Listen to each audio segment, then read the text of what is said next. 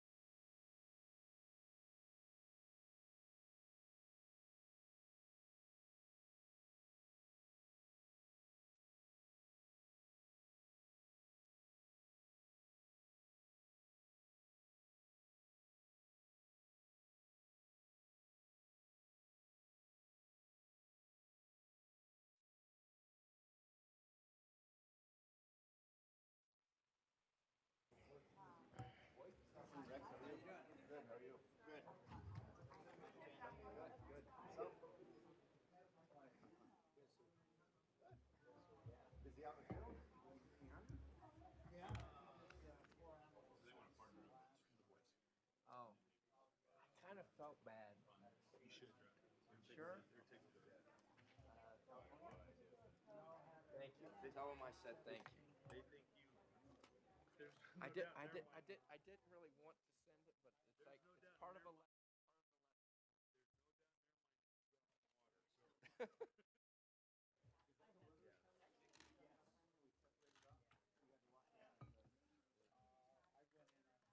All right, if everybody could find their seats, we could get started, please.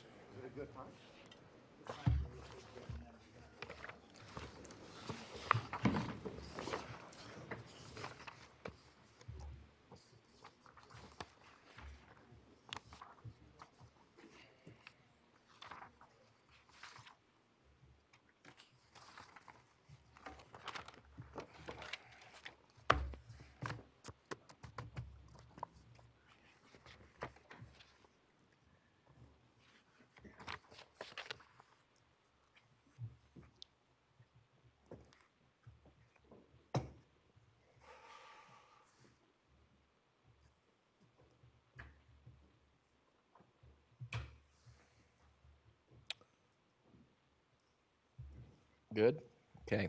We'll go ahead and call to order the meeting of the Nevada Board of Wildlife Commissioners for Friday, November 2nd, 2018. Commissioner McNinch, would you lead us in the Pledge of Allegiance, please? I pledge allegiance to the flag of the United States of America and to the republic for which it stands, one nation, under God, indivisible, with liberty and justice for all.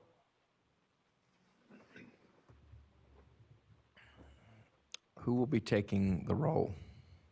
Okay. Chairman Johnston, Here. Vice Chairman Valentine, Here. Commissioner Almberg, Here. Commissioner Barnes, Here. Commissioner Caviglia, Here. Commissioner East, Commissioner Hubbs, Commissioner Keel, Commissioner McNinch. Here. Thank you. Would the county advisory boards in attendance please stand and announce themselves?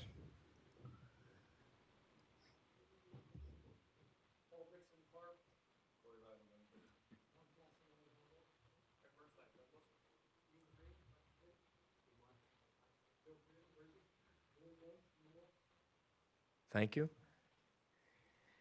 Move on to the next agenda item number 2, approval of the agenda. Chairman Johnston, for possible action, the commission will review the agenda and may take action to approve the agenda. The commission may remove items from the agenda, continue items for consideration, or take items out of order. Any comments or questions on the agenda? Seeing none, this is an action item. Any public comment in Reno on the agenda? And I do believe we are feeding live to Las Vegas. Any public comment in Las Vegas on the agenda? No public comment, Mr. Chairman. Thank you. Thank you. With that, I'll bring it back to the commission for any further discussion or motion. Mr. Chairman, I can make a motion to approve the agenda as presented. Second. I have a motion by Commissioner Valentine with a second by Commissioner East to approve the agenda as presented. All those in favor signify by saying aye. Aye. Opposed? Motion carries 9-0. Moving on to agenda item number 3, member items, announcements, and correspondence. Chairman Johnston, informational. Commissioners may present emergent items. No action may be taken by the commission. Any item requiring commission action may be scheduled on a future commission agenda. The commission will review and may discuss correspondence sent or received by the commission since the last regular meeting and may provide copies for the exhibit file. Commissioners may provide hard copies of their correspondence for the written record. Correspondence sent or received by Secretary Wasley may also be discussed. Anything from the commission on this item, correspondence, announcements? Commissioner East? Do you want us to talk about the correspondence we've received so far? Or wait till the agenda item for that? My practice is when I have correspondence on a specific agenda item, I wait till that agenda item Okay. to bring those up. But if you have things unrelated to specific agenda items, now's the time. Nope. Thanks. Commissioner Valentine. Thank you, Mr. Chairman. I had a couple of emails from a gentleman, Sean Lazier, regarding school safety. I don't know if any other commissioners received those emails, but I didn't think they were very appropriate for our commission, so I just thought I'd bring that up in case somebody else had emails from him.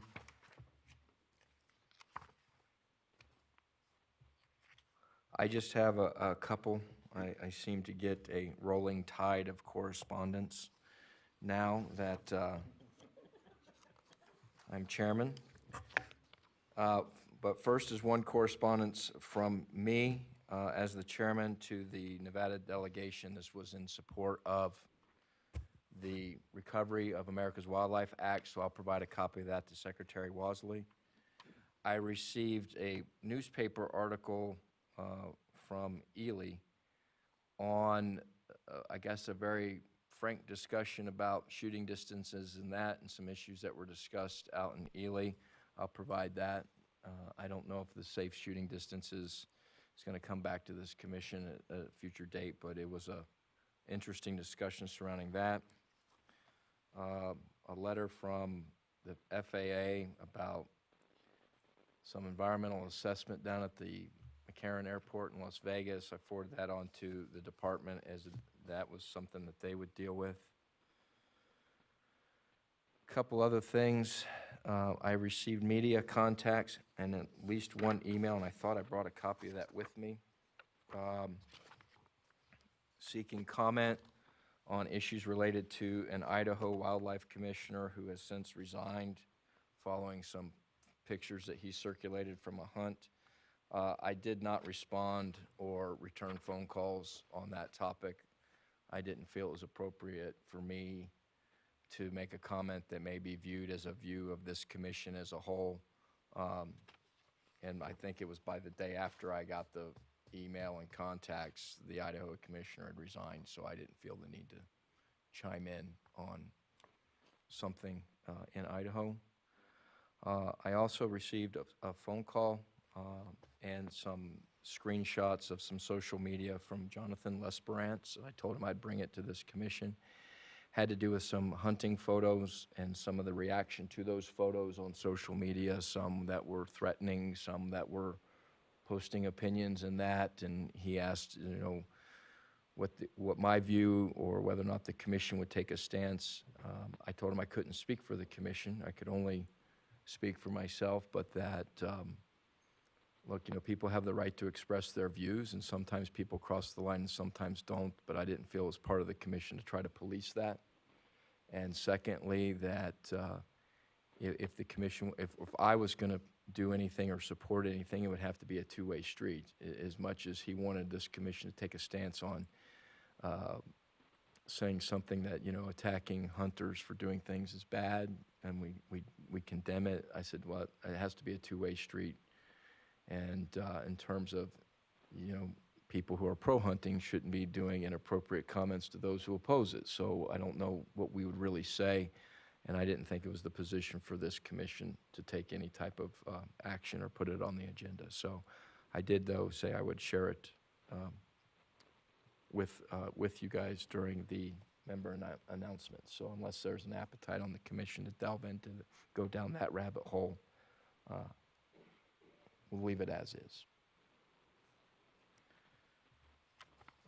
Any other member items, announcements from the commission? Commissioner Caviglia? I think the news article you got from Ely, I talked to a couple people from White Pine County, and there was a deer killed near town, and it kind of raised up that safe hunting distance thing that I know the commission, it sounds like, kind of looked at that before. It didn't go anywhere, but it may be an issue that ultimately does need to be looked at, because it is confusing for, I guess, the different counties across the state, and there was a lot of confusion on that, and it created a little bit of chaos in Ely that I'm sure some of you guys heard about. So, but I did have a couple conversations with White Pine County residents regarding that. Thank you. Commissioner Hubbs? I don't know if this is on. I don't know what you're referring to, but was it, when you say the game was hunted within a certain distance of the city area, are you saying it was by a gun, or was it, we had the one situation where it was a bow and arrow used in town, and we didn't have regulations that spoke to bow and arrow, but in this fact pattern, was it just a gun and within city limits? Commissioner Olmberg, in your backyard? It was not my literally, backyard. figuratively? I've been to the CAB meetings and been part of the discussion. Yes, it was with an archery. It was on public land. The confusion becomes, is it a hunting issue or is it a safety issue? And so that's the discussions that were brought forward to the county commission. The county commission referred it to the CABs, and the CABs are, the way it was read to the CABs is, it didn't necessarily refer to a hunting issue. It was a safe distance. And so they didn't know if they should address it because it was not a specific hunting issue. In the end, they just basically chose not to do anything about it, that the state had looked at it 3 months earlier, and we had chose not to go forward with it.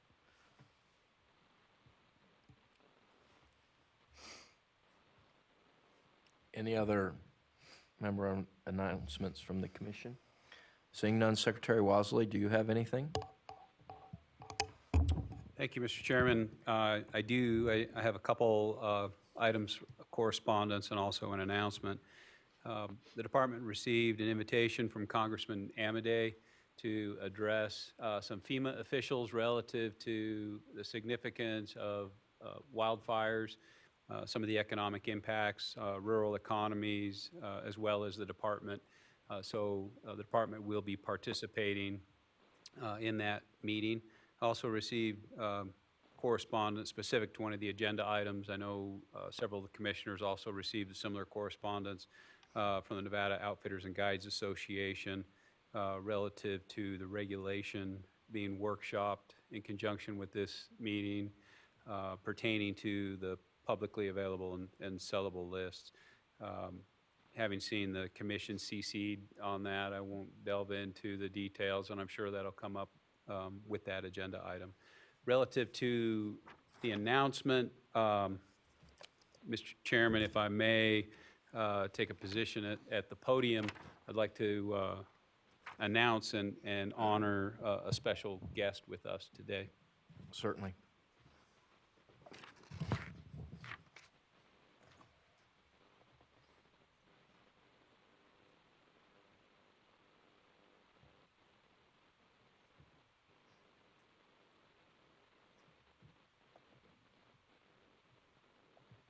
It was on.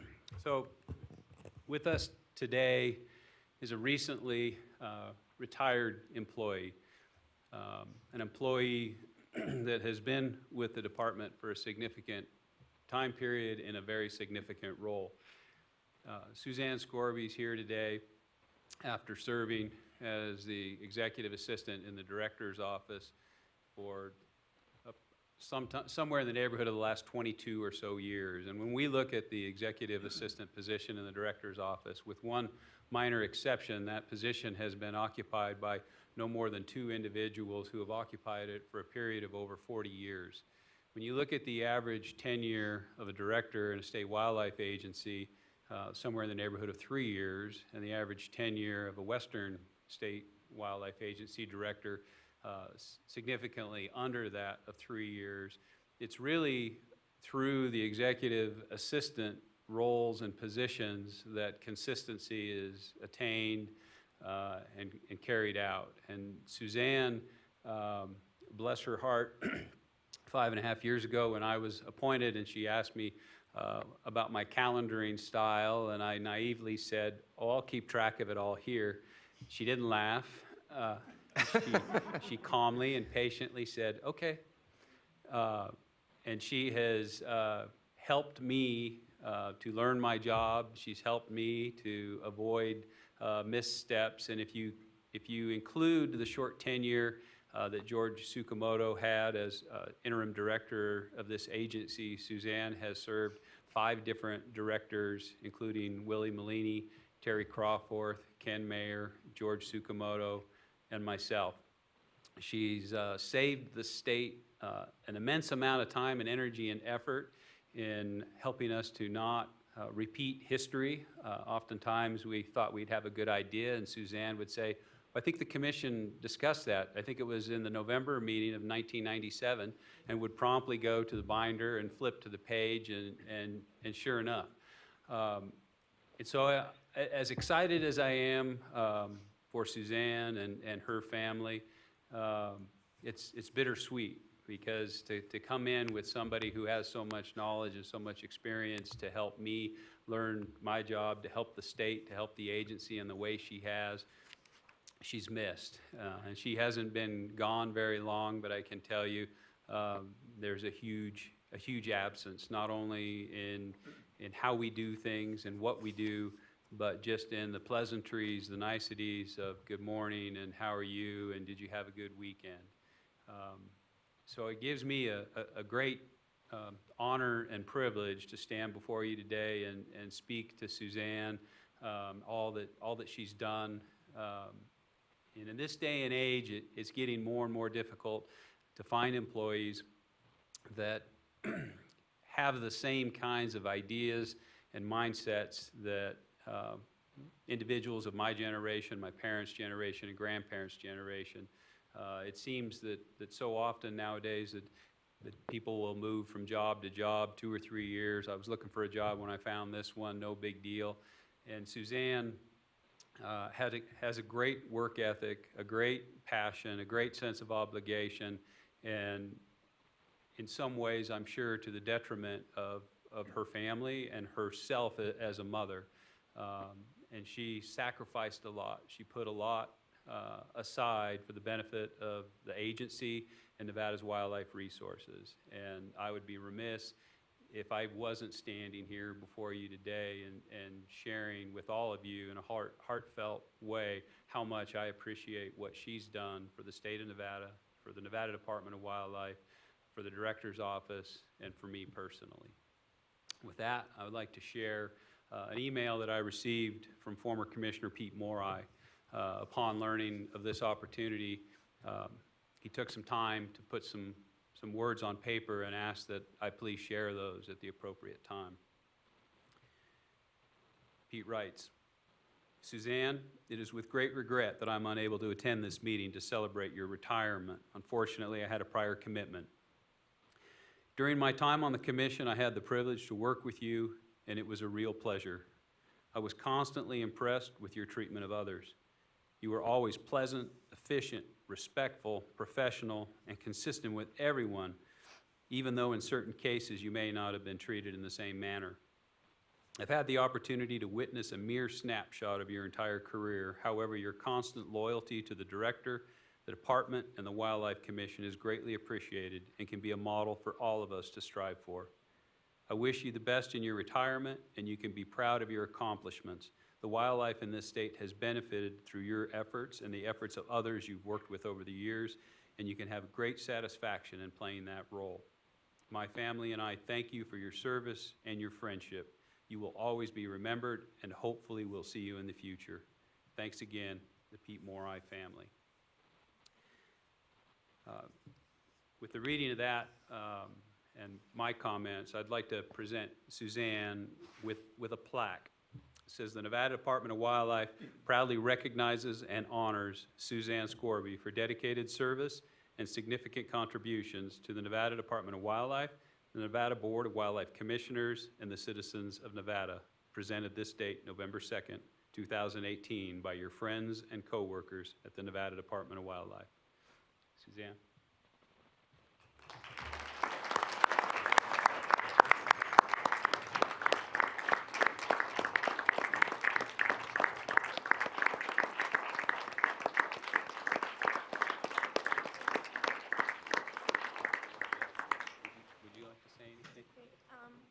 I'm probably going to cry, but I'll try not to. One of the reasons I was able to stay is I worked with great people, and the commission, everybody was great, so it wasn't hard.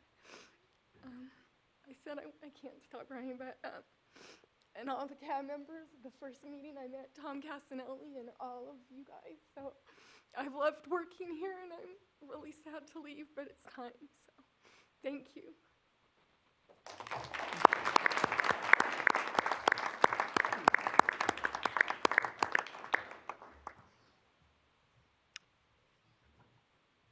Thank you, Mr. Chairman, and if you or any other commissioners would like to share any thoughts, I'm sure Suzanne and her family would be interested in them. I think this is going to be one of my more memorable moments, to be fortunate enough to be the chairman of the commission at this point in time, just because I get to be the chairman at this meeting, and thank Suzanne for all of your service in this role. Quick story. It was a little over 4 years ago, and I got a telephone call early in the morning, and it was Commissioner Johnston. I'm like, what? It's Suzanne. I need to get your travel arrangements made for the upcoming commission meeting.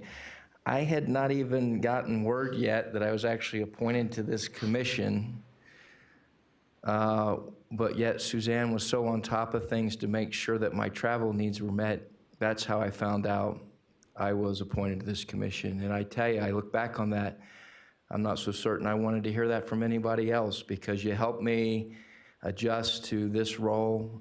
You support everyone on this commission, and I want to thank you on behalf of myself, the current commissioners, and I know so many past commissioners would say the same thing if they were sitting in this chair. Pete Morai summed it up quite well, and it was some of the same words that I thought that came to mind as to what to say today.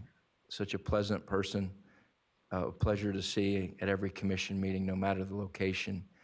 I thank you for what you've done for this commission over 22 years. I'm not going to complain about my 6 years that I will fill. And thank you for all you've done for the state and its wildlife. Thank you very much. And congratulations on your retirement. I hope you enjoy it immensely.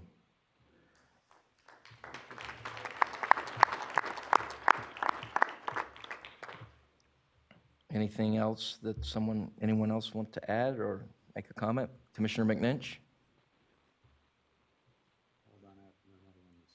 Just touch it lightly.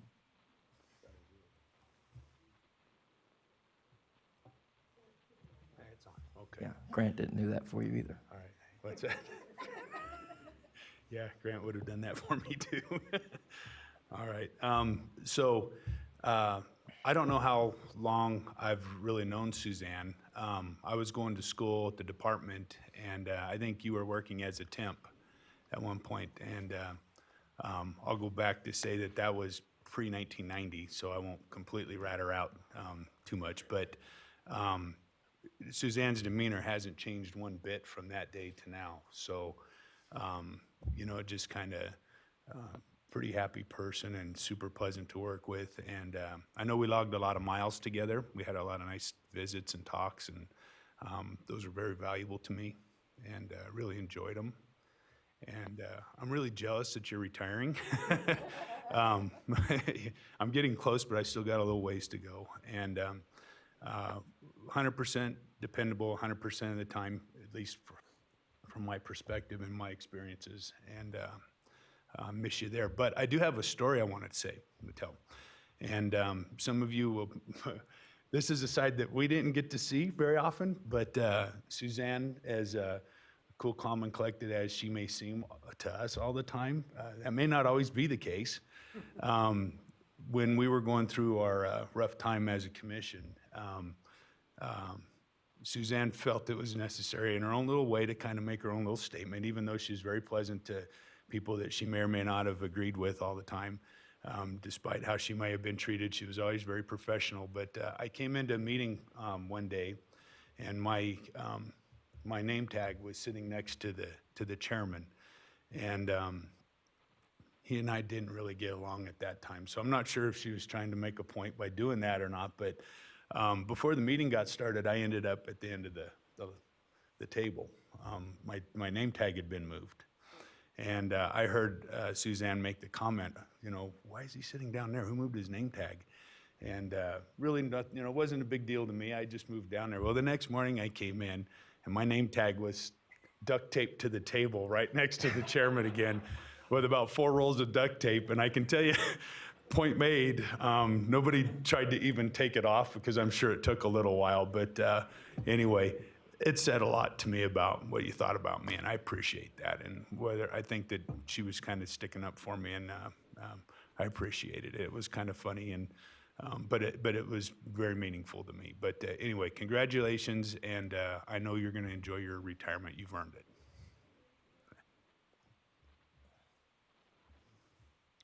Commissioner Hubbs?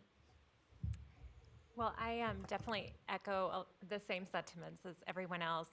When you come on to a position or any board where you're new and you don't know what you're doing yet, your demeanor in and of itself, every time I would call in or you would call in to check on me, made me feel very welcome. And it's just incredible. You really don't meet a lot of individuals who give that off to everyone they meet. I mean, I know, as everyone has stated here, everyone felt that way about you. And it's just a great feeling. I mean, for a large, we're talking about the state of Nevada, to make it feel very personal is just a really unique gift that you had. And I just wanted to say, I can't wait for you to have your reading room and for us to talk about great books that you're reading when you get your time off that you've worked very hard to have. So good luck. Vice Chairman Valentine? Is this on? Mine's gonna be a little short because I always tear up on these goodbyes, but I remember when I was notified that I was a commissioner. I was on an elk hunt or a deer hunt in Colorado, and the cell service was really bad. And Suzanne kept calling back and calling back and calling back to make the arrangements for my first meeting. And I thought, wow, this gal is persistent. We could do this all a little later when I get back home. But no, we got it all organized and arranged, and I got back from that deer hunt and met Suzanne for the first time. And she has been such a great help to me and to all the commissioners, I believe. And you are going to be missed. And thank you for your time, and good luck with your retirement. You will enjoy it, I'm sure. But you will be missed. Commissioner Barnes? Thank you, Mr. Chairman. Well, Suzanne, thanks for everything you've done for me. It started when I was chairman of the Elko Cab, and you kept me informed and got everything to me that I needed to, and your support, and I really appreciate it. And then when I came onto this board, I was talking to a former commissioner, Mike Reardon. He says, "Oh, don't worry, Suzanne will take care of you." And he was so true, and Pete Moore, I told me the same thing, and you have. And I just really appreciate it and want to congratulate you on your retirement and wish you well. Commissioner East? Thank you. I have heard about Suzanne for many years because we have dear friends that live next door to Suzanne and Andy, and they've always said what a great person she is. And then I got to meet her, and I called my friend Teresa and I said, "Holy cow, you're right. She's amazing.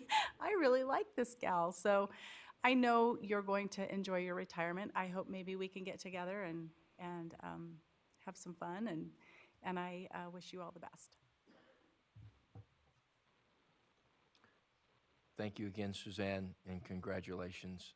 You will be missed by us all and by future commissioners and by everyone at the department. Thank you.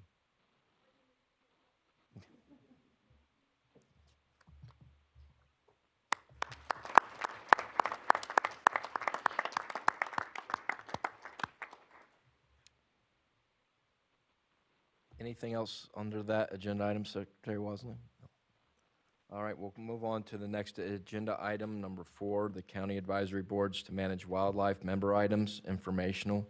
CAB members may present emergent items. No action may be taken by the commission. Any item requiring commission action will be scheduled on a future commission agenda. Any CAB items?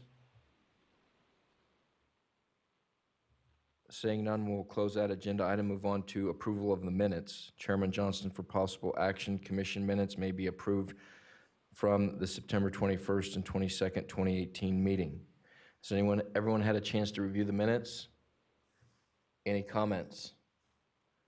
This is an action item. Any public comment in Las Vegas on approval of the minutes? No comment. Thank you, Mr. Chairman. Thank you. Any public comment in Reno on approval of the minutes? Seeing none, I'll bring it back to the commission for any further comment, discussion, or preferably a motion. Chairman, I move at this time to approve the minutes as presented by the department. Second. Okay, I have a motion by Commissioner Hubbs and a second by Commissioner Vice Chairman Valentine to approve the minutes as presented. All those in favor signify by saying aye. Aye. Opposed? Motion carries 9-0. Move on to agenda item number 6. How long is this agenda item going to take, Tony? I know there's a number of the TAC committee members that are up here and people who were in that meeting. We've been going since about 8:30, so if we can finish it before noon, well, let's do that and then break for lunch. I think we can do that. This agenda item has two parts. This is the department's wildlife project updates. It's been a standing agenda item, and we've tried to take advantage of timely agenda issues, geographically relevant issues as we go around the state. It's the department's desire to provide updates on two different things today. The first item would be kind of a closure, near closure to an update on the fire season with some acreages and some preliminary efforts by the department in that regard. And Habitat Division Administrator Alan Janae will provide that brief update. And the second item is an update on the department's urban wildlife program. There was a expressed desire by the Clark County Advisory Board at our last meeting in Las Vegas in September to have a better understanding of what the department's doing and how the department is paying for that. And so we thought it would be timely to provide that update as well. So I don't think that'd be a problem to be done by noon. Okay. So we'll move forward then, and just for the record, I guess I'll open agenda item number 6, Nevada Department of Wildlife Project Updates. Secretary Wasley, informational. The commission has requested the department provide regular project updates for ongoing projects and programs as appropriate based on geography and timing of meetings. These updates are intended to provide additional detail in addition to the summaries provided as part of the regular department activity report and are intended to educate the commission and public as to the department's ongoing duties and responsibilities. Will it be Mr. Janae first? Okay. Yes, sir. And I believe it's Habitat Administrator, right, Janae?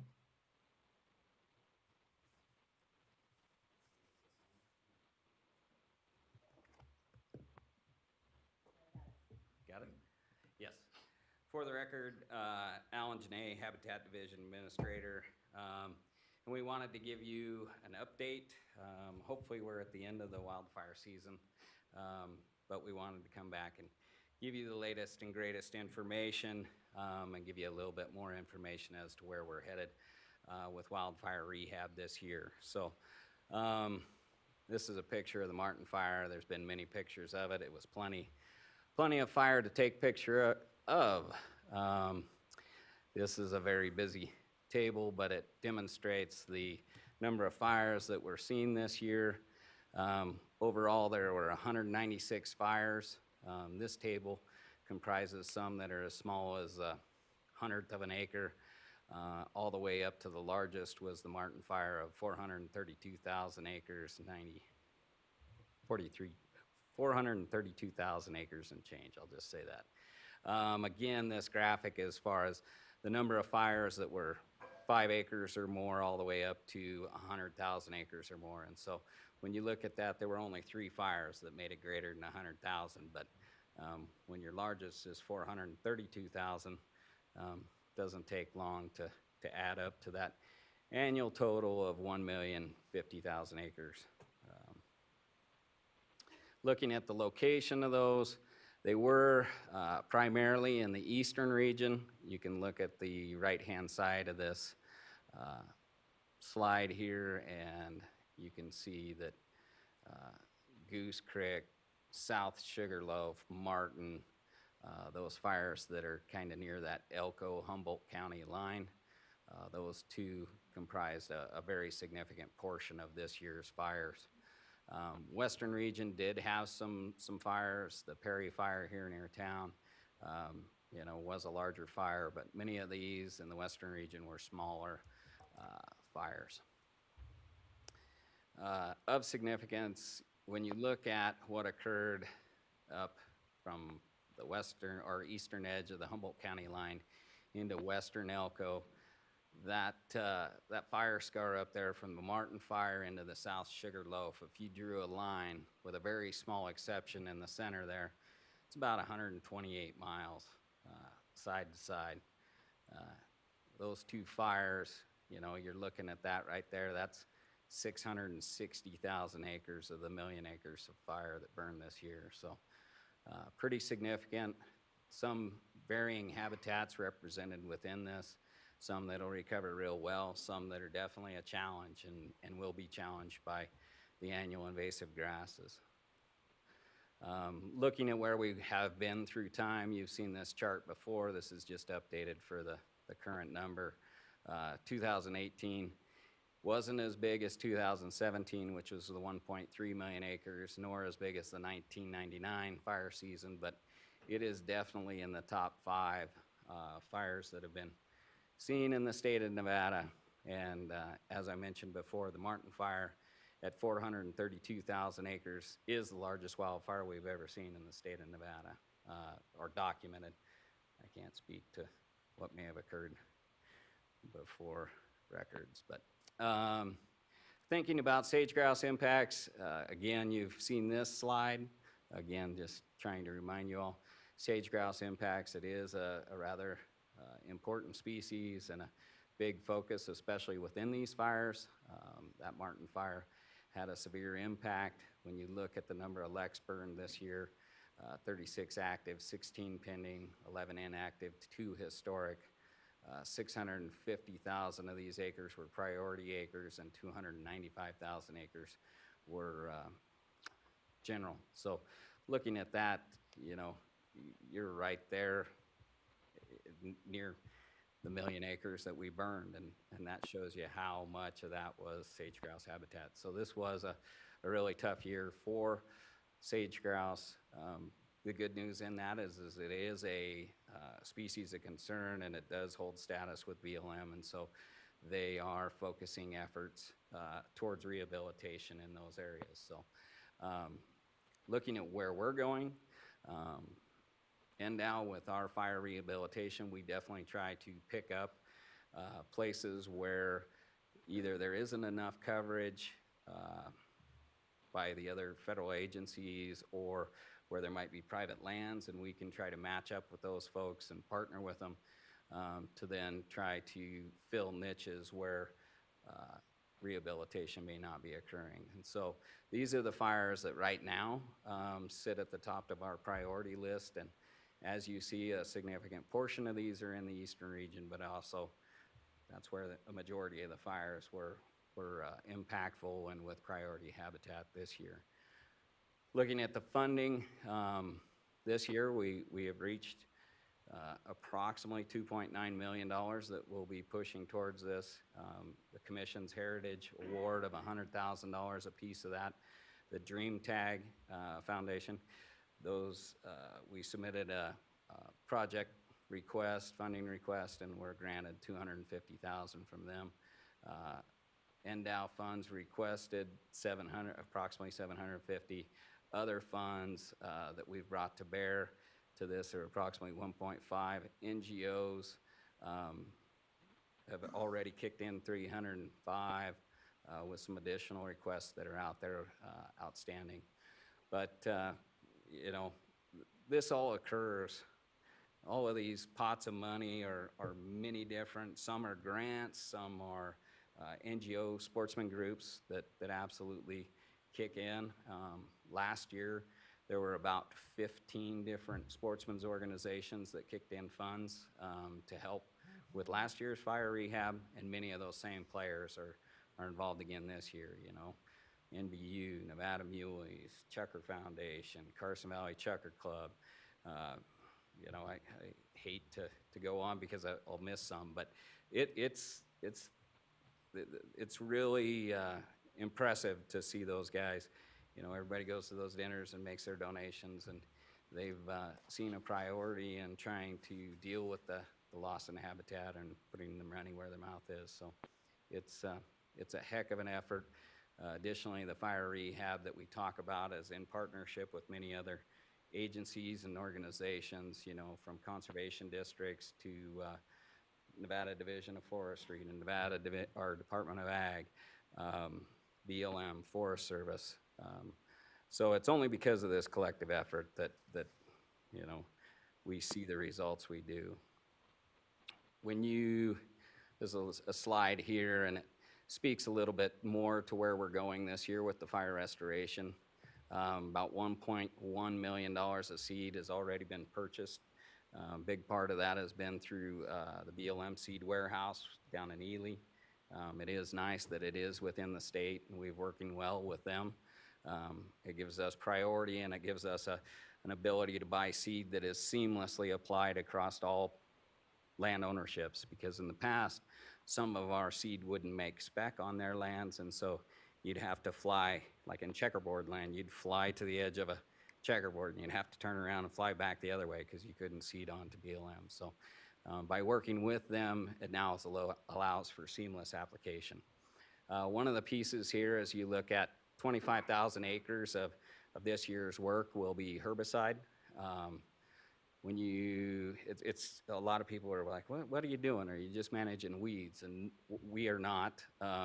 What it's used for is it's used for chemically fallowing an area that burns to hold off cheatgrass that's in the soil. Those cheatgrass seeds that are actually in the soil bed that would germinate at the first precip after a fire event. We apply this and it stops the seeds from breaking, and it can chemically fallow it.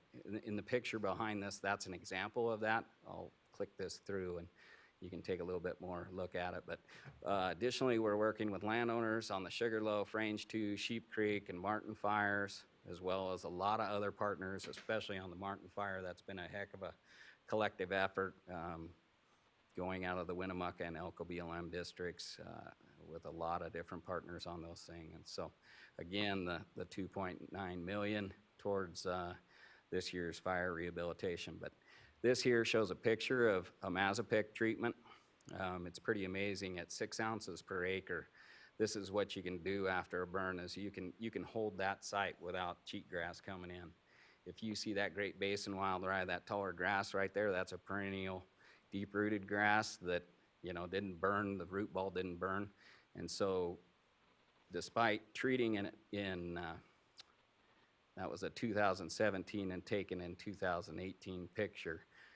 So it was treated in that fall of 2017, kept the cheatgrass from coming in the spring of 2018. And now what we'll do is we'll go back and we'll drill seed into that area. And we've seen absolutely amazing results with that. And that's a picture of a similar situation where this is the Eisenhood Basin, burned in 16, treated with a Mazapic, then drilled into in 17, and this is the picture in 18. And so a lot of times we get questions as to, our seeding success and the results that we see with our techniques. This herbicide treatment is a kind of new tool that's come forward in the last few years, or as far as it's the refinement of it. And so combined with great precipitation conditions that occurred in a very short window during the spring, it resulted in this type of recovery. And so nothing like precip to make us look like geniuses. Here's a little bit of what we did in 2017 to go back to the history of it, just to kind of give a little bit more evidence of what we did last year. These are the fires that we targeted. This is the Eisenhood Basin rehab. So again, this is another success in here. Same as that Mazapic treatment, but there was also sagebrush, rooted sagebrush that were planted in here. And here's a picture of one of those. The one on the left has or on the top has a Vexar cage. It's basically to, deter browsing by wildlife that show up and use it, or any other animal that might chew on it. But that's the type of success that you see there. And so to the left of it, those big fluffy plants are yarrow. That was another seeded species in there. There's some poas, and there's some really needle and thread grass in there. This is another success story of this last year. This is snowstorm kochia. This is a cultivar that has been showed real promise. This was a Bravo 17. It's out there in the bombing range east of Fallon. Really tough conditions, but this shows the type of recovery this was seeded on. They've actually got some other pictures where there's all kinds of sheep tracks in this, where the sheep found these and were absolutely on them this spring, and we're foraging heavily on them. And there were two different types of kochia planted in there, the forage kochia, which has kind of been the standard, and then this snowstorm. And what we've observed on this fire was that sometimes the younger forage kochia plants that were seeded couldn't stand the browsing to the same degree as the snowstorm bounced up like this, and could it had enough of a root base to it to withstand the browsing without coming out.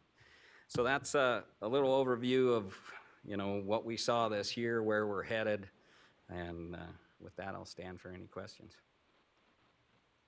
Thank you. Any questions? Commissioner McNinch? Thank you, Mr. Chairman. So I guess I'm a little more optimistic than I was seeing some of those pictures and how some of those treatments work. To me, there's maybe a little reason to be optimistic, so I appreciate hearing about it. A couple of quick questions, though. The treatments are specific to just cheatgrass? Actually, it stops any seed that's in the soil bank from germinating, and so basically it'll stop everything. But the nice thing is that a lot of times we target it. We target it towards those areas, especially like on the Martin fire, where we knew there was cheatgrass, or where we have done soil assays and grown that out. We actually take the soil in, raise it in an environment to see what'll sprout. And those places where we know there's cheatgrass, we'll target those areas, so that we're not trying to waste chemical by applying it to places where there isn't a threat. But in those places where we know there's cheatgrass, we'll use that to hold it back. It's also used for other species, invasives like medusa head, things like that. But it will stop all seeds from germinating. And so it's 1 year fallow is about what it does. That was my next question, so thank you. Any other questions for Mr. Janay? Thank you for that update. Thank you. So, Mr. Chairman, the other project update, as I indicated, pertains to our urban wildlife program. And I just want to give a little bit of a background on the challenges around this program. So as you look at the Department of Wildlife, the legislature, the state provides us the statutory responsibilities and authorities to take care of all 895 or so wildlife species in the state. But as you've heard me say so many times, that our budget as a state wildlife agency relies on 8%, roughly 8% of those 980 or 895 species that people pay for the opportunity to pursue or sustainably harvest. And the funding comes from roughly 1.5% of the citizens that are paying to sustainably harvest roughly 8%. And that's generating 98 to 99% of the agency's approximately $50 million a year budget.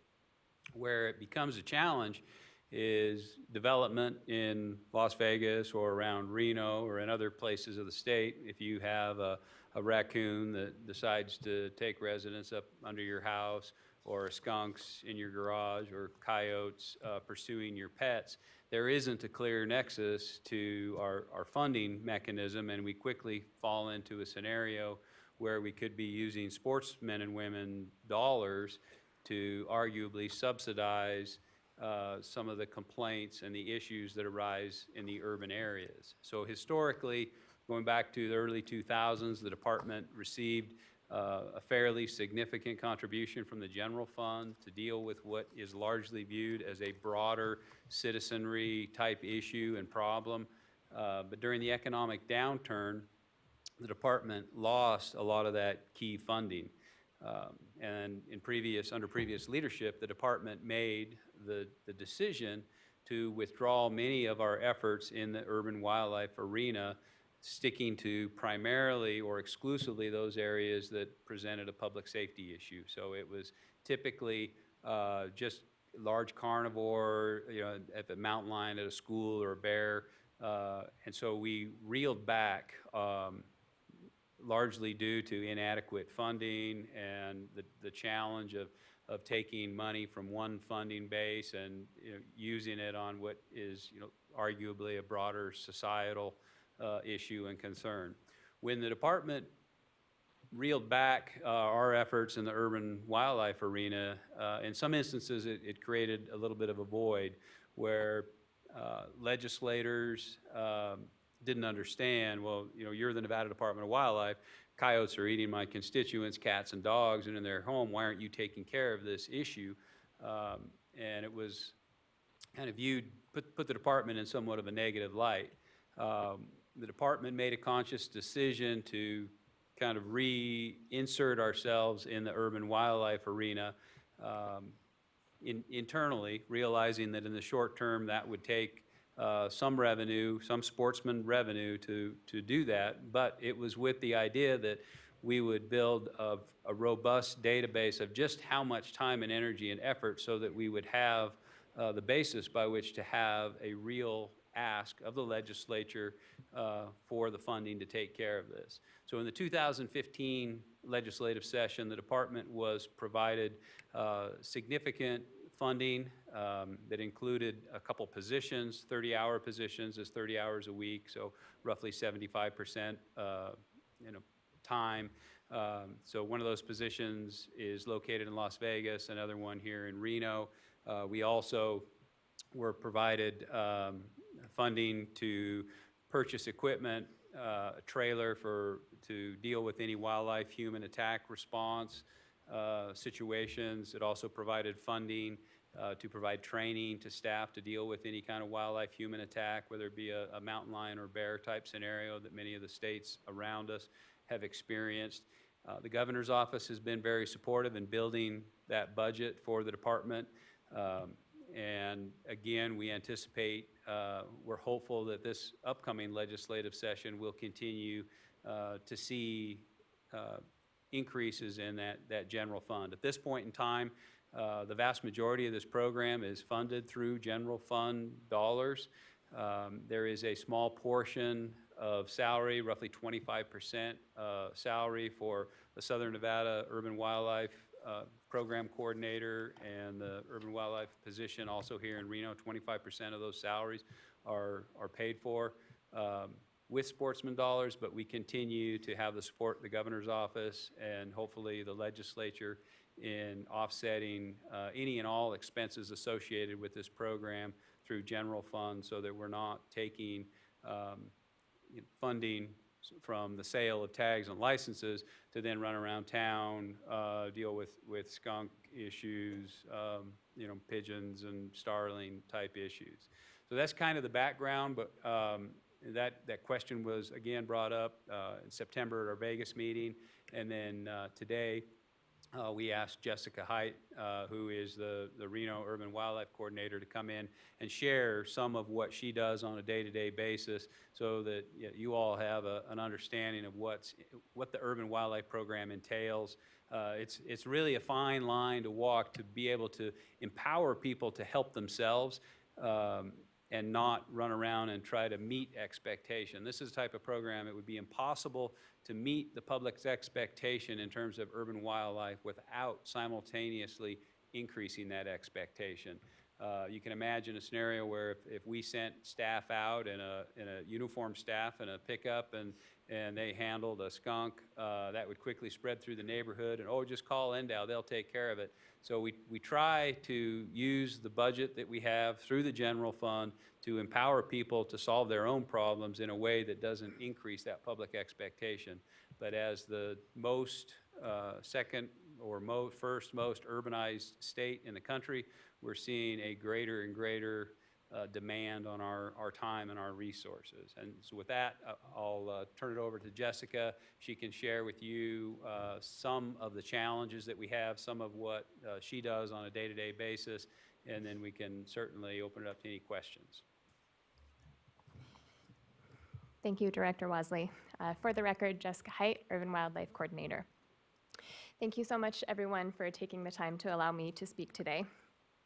So, like Director Wasley said, I am the Urban Wildlife Coordinator based here in Reno. And both myself and my counterpart, Josh, in Las Vegas, started in these positions when they were created in 2015. So we have been very fortunate to be a part of this program since the very beginning and really get to help shape it and be a part of the evolution of this program over the last couple of years. So that's what I'm briefly going to talk about, is just what it is that I do on a daily basis.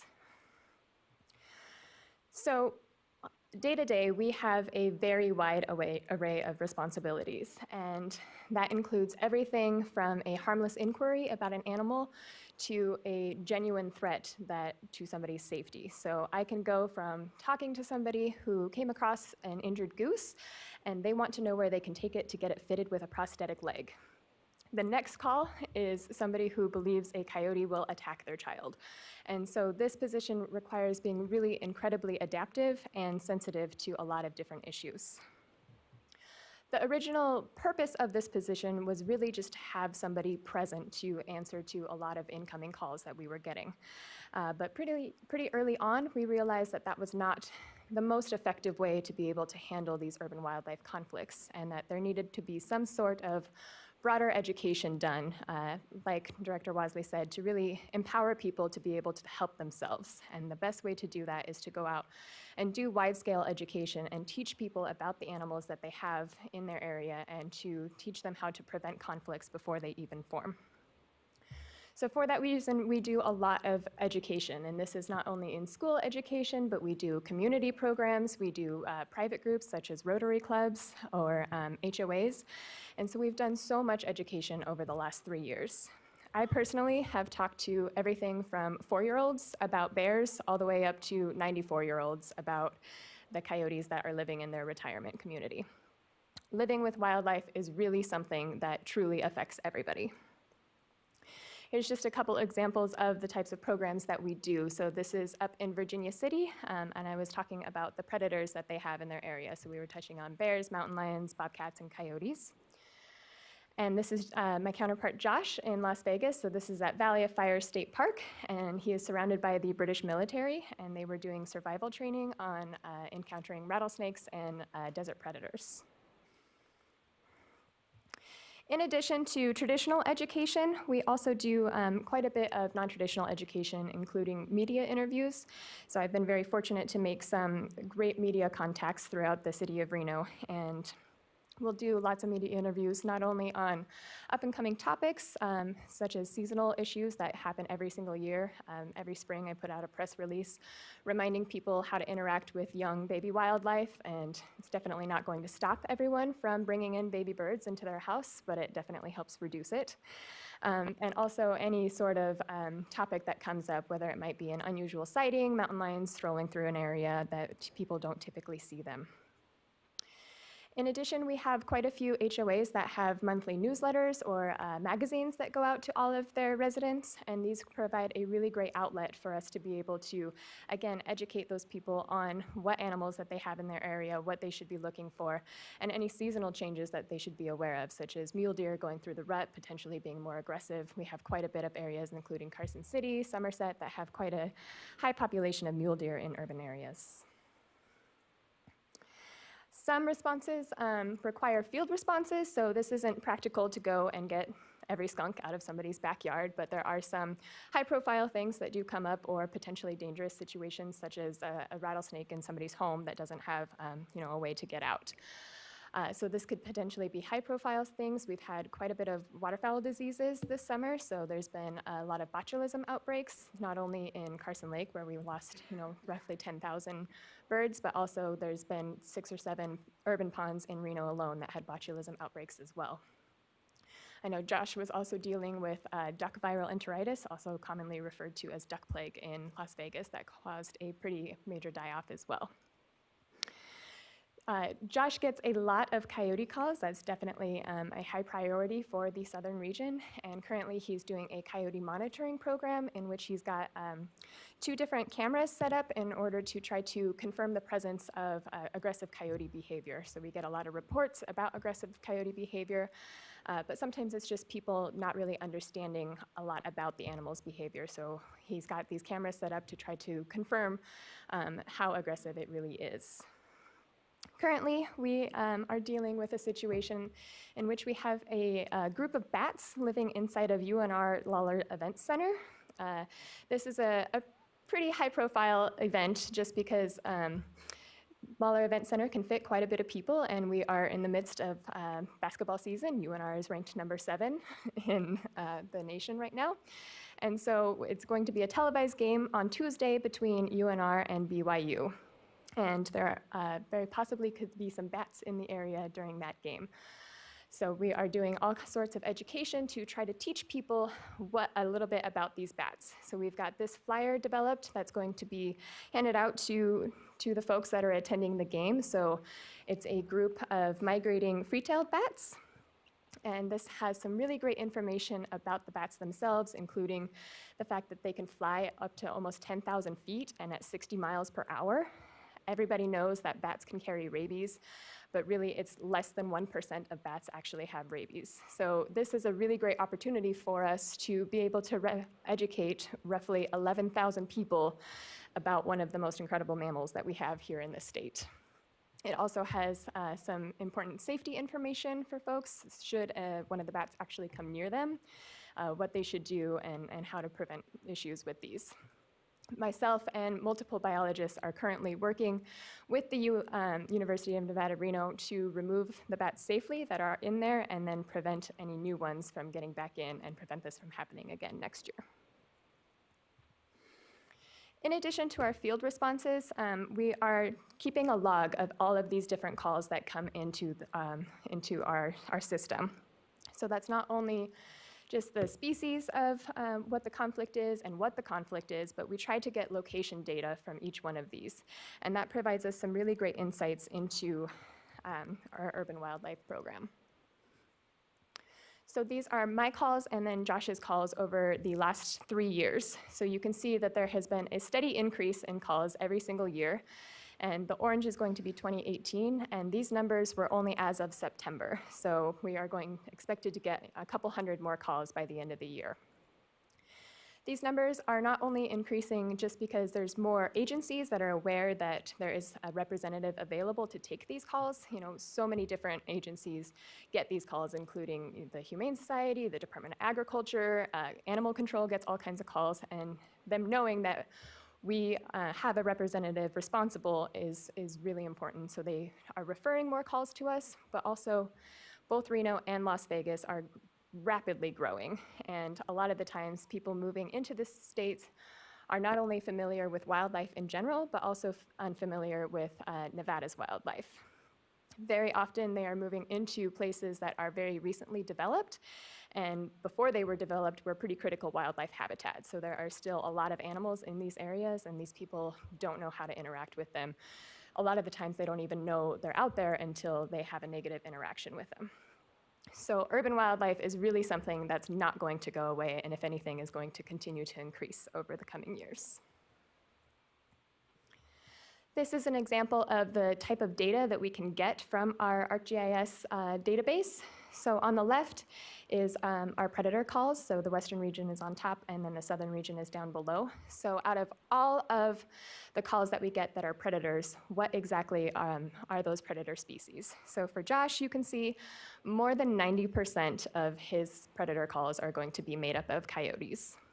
Whereas I get quite a few coyote calls as well, roughly 60%, but I also have quite a bit of mountain lion and bobcat calls coming in as well. On the right-hand side is going to be our top 5 calls. So what are we getting calls on the most? So waterfowl is ducks, geese, swans, all types of waterfowl. That is generally going to be injured waterfowl, but very often it's botulism issues as well. And then in the spring is when we get a lot of those baby birds, baby ducklings, gosling calls. And so that's going to be my number one call. Raptors is my number two. That includes hawks, eagles, and owls. So again, injured raptors, or very often people concerned that raptors will harm their pets, followed by coyotes. Whereas Josh's number one call is going to be coyotes with over 600 this year alone, followed by, again, those baby bird spring calls.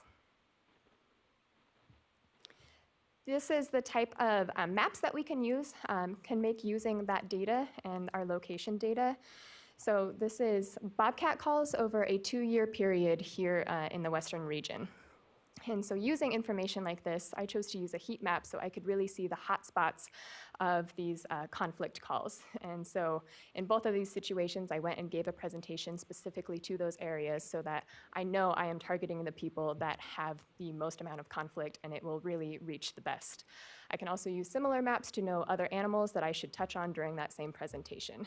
So in the first one, I went to the Somerset HOA. And then the second one was on the west side of Carson at the Brewery Arts Center and talked about bobcats at both of these events.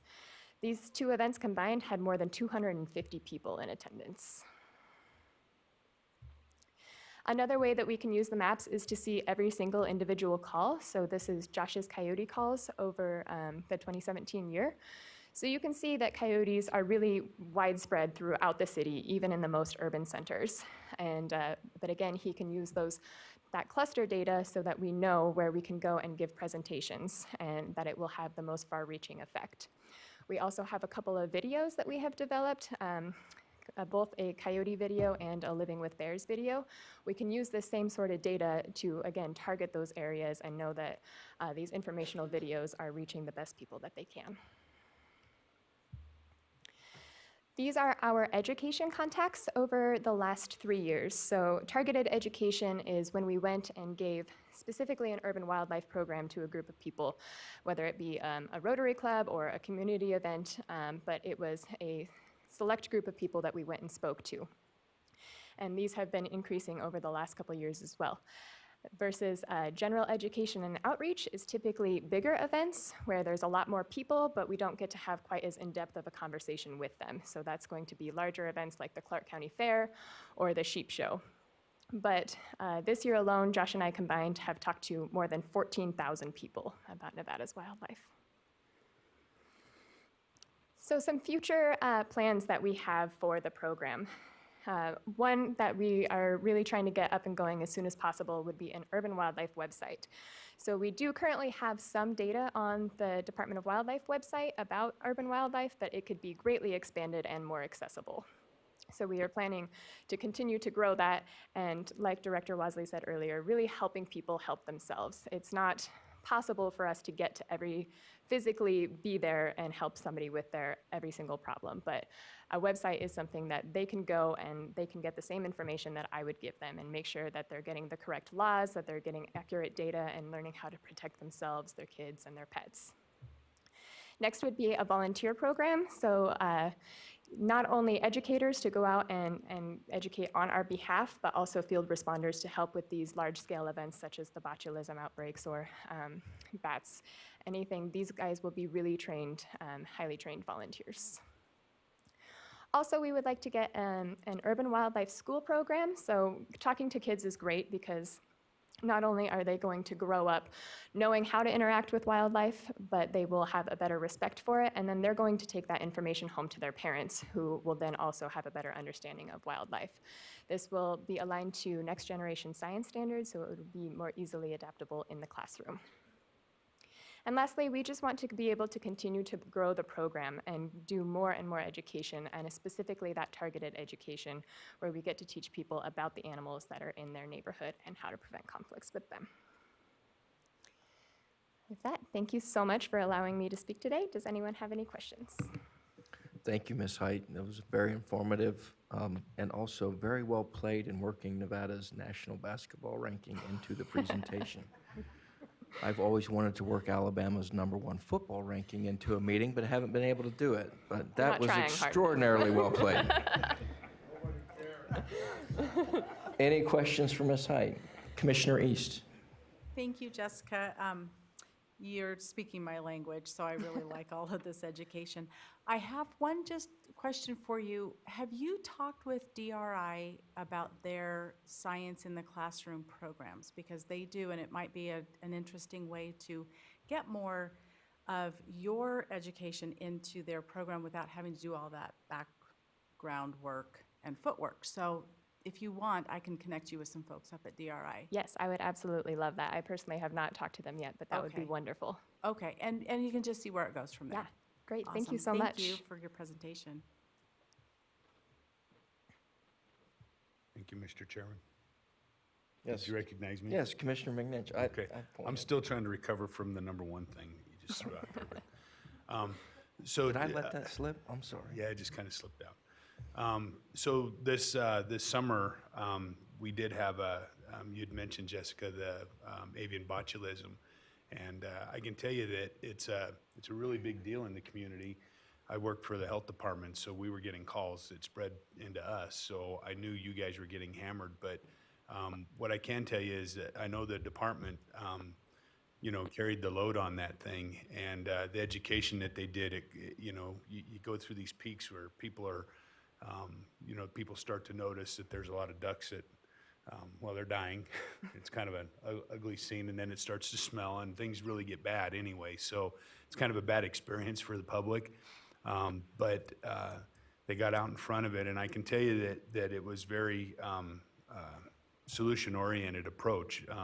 Get the water moving, get it aerated, little things like that. There's solutions to those things, and I know that there was a lot of time and effort put into getting the homeowners association and the condominium people to understand, look, the fact that you've turned off your bubblers and you've diverted the flow of the water through your property is probably contributing, it is contributing to this problem, and it's an easy fix. So you can help yourself is kind of where I'm headed. So I appreciate that proactive approach, and I think it'll go a long ways, and, over time, people are going to learn. And the other night, there was a bat roosting on the screen at the Washington game. And people all around me were talking about, they need to fix those light bulbs. And I'm sitting there like, no, that's a bat. And clearly they haven't gotten them all out yet, but this is going to be an interesting stretch between now. And I think it did play to our advantage last year because our players got used to it, and the other teams would come in and they'd run about twice as far getting down the court as they normally would. But anyway, interesting problem. Definitely. Further questions? I guess I have a question, because I hear about some of the calls being made to the department, and given where I live, and I hear calls being made by owls or coyotes, and Commissioner Alberg can sympathize. My wife has 2 dachshunds, and there's always this fear that they're going to get taken by the owls, and we always have the owls the same time of year up on the house. But where's the line get drawn between what the role of the department and the responsibility of the pet owners and the homeowners? I mean, I understand it's a balance, and we educate, but it's a point in time where, I don't ever think that I need to call up the Department of Wildlife because I've got coyotes around my house or owls on my roof. It's my responsibility. If I have that, then I go out with my dogs at night and I'm with them. Where's that balance? I think it's just a genuine misunderstanding from people that they, one, don't really understand what the Department of Wildlife does, and secondly, they are just so unfamiliar with wildlife. They don't know enough about it to know what they should even do. So they just, a lot of the times, those people will call and I can explain to them, how they can protect their small dogs and what they need to do to have some peace of mind. And it means a lot to them. And usually, for the most part, they will come away from that conversation feeling better about it and knowing that they have been empowered and they can protect their pet. For the most part, it's just they don't know. They just need to learn more about the animals. Perfect. Thank you. Yeah, Mr. Chairman, if I might, there certainly are some instances where homeowners, we've had calls, people complaining about all the noise the frogs make at night, and can't you do something about that? There are those instances where there's no amount of education and logic that is going to change somebody's mind. And really, the trick is, as Jessica puts it, in giving people knowledge, empowering them to help themselves. And 99% of the time, I think, our staff can do that. But there are those instances where all the logic in the world isn't going to help those situations. And in those instances, we aren't expending state resources to try. At the end of the conversation, we just agree to disagree. I would like to add the issue with the bats at Lawler. It was under construction last year, and that was a problem last year. There were some openings that allowed those bats to get in there. I think there may be some frustration forthcoming on the part of the basketball team or fans or university, but I just want to state for the record that the department's belief is that there was clear direction on how to avoid the return of those animals that maybe wasn't adhered to in a way that would permanently eliminate their presence. So it appears that there may be some more frustrations going forward, but we try to seek permanent solutions, not prolong these challenges. And then lastly, if I may, Mr. Chairman, I have a question for Jessica. Including this presentation, how many presentations will you be giving today? I have one this evening as well in Verdi on bears and mountain lions, so 2 today. Thank you. Commissioner Holmberg. Yeah, just to make a comment. You started out as 2 part-time positions, 2 full-time positions. I think you got a lot of job security looking forward to the future. The wildlife issues are not going to go away. They are going to get worse as they come along. Part of the issues that we talked about earlier today with the urban deer going through there, they are an issue, a growing issue. They haven't been there before. They're a growing population breeding within the communities and expanding. So our approach to how we deal with them, I think, is going to have to change looking down the road as well. Commissioner Hubbs. I know, just actually, we have like an HOA Facebook page, and I always sit back. I don't try to comment on that too much. I'm anonymous in my neighborhood, but there is a lot of fear and misconceptions about coyotes, I know, in southern Nevada. They are terrified. I mean, literally terrified. And I think what this dispels is a lot of those urban myths once you get out into the community and once they know that some of these things that they see online don't really happen, or the probability of it happening is so incredibly low that they shouldn't worry about it, is great. And we also have a lot of individuals, because we're next to the desert area, and there's corridors throughout our development where we do get a lot of injured wildlife and people taking them inside or trying to help the wildlife and all that they can. But one of the questions I have, and this, it came on the radio about an increase in rat populations. I don't know if you've heard about that in southern Nevada. I don't know if it's up here in northern Nevada, but it's like the roof rat. I thought it was the pack rats, like a desert pack rat. But we are having a huge increase in southern Nevada, so I don't know if you're getting any calls on that. I don't believe it's a native species, but I know they had several people talking about the control type companies having to go out and take care of that, and they're causing a lot of damage to vehicles. Oh, right. Yeah. That has not made it up here yet. I don't know if that's because of a decrease in the predator populations or what the issue there is, but they do get inside of a lot of vehicles and they can cause a pretty significant amount of damage. But as of now, it has not made it up to the northern portion of the state yet.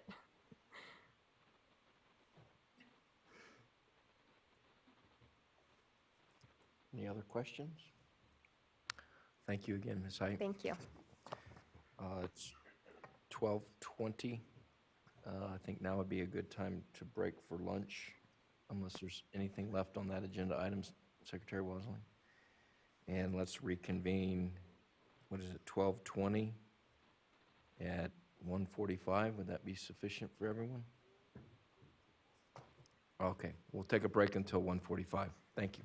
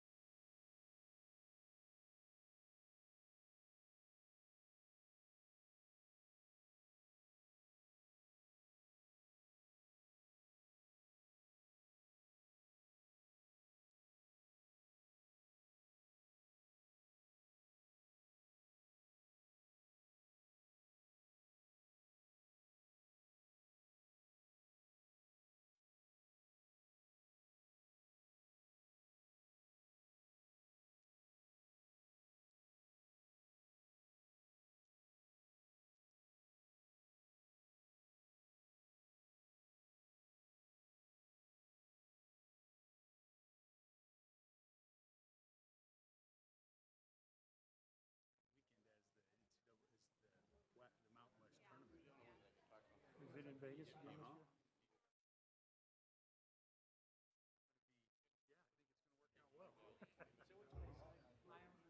Just got my tickets for Salt Lake, so I'm ready to, so I might just go from here down to there, and then from there up to Salt Lake eventually.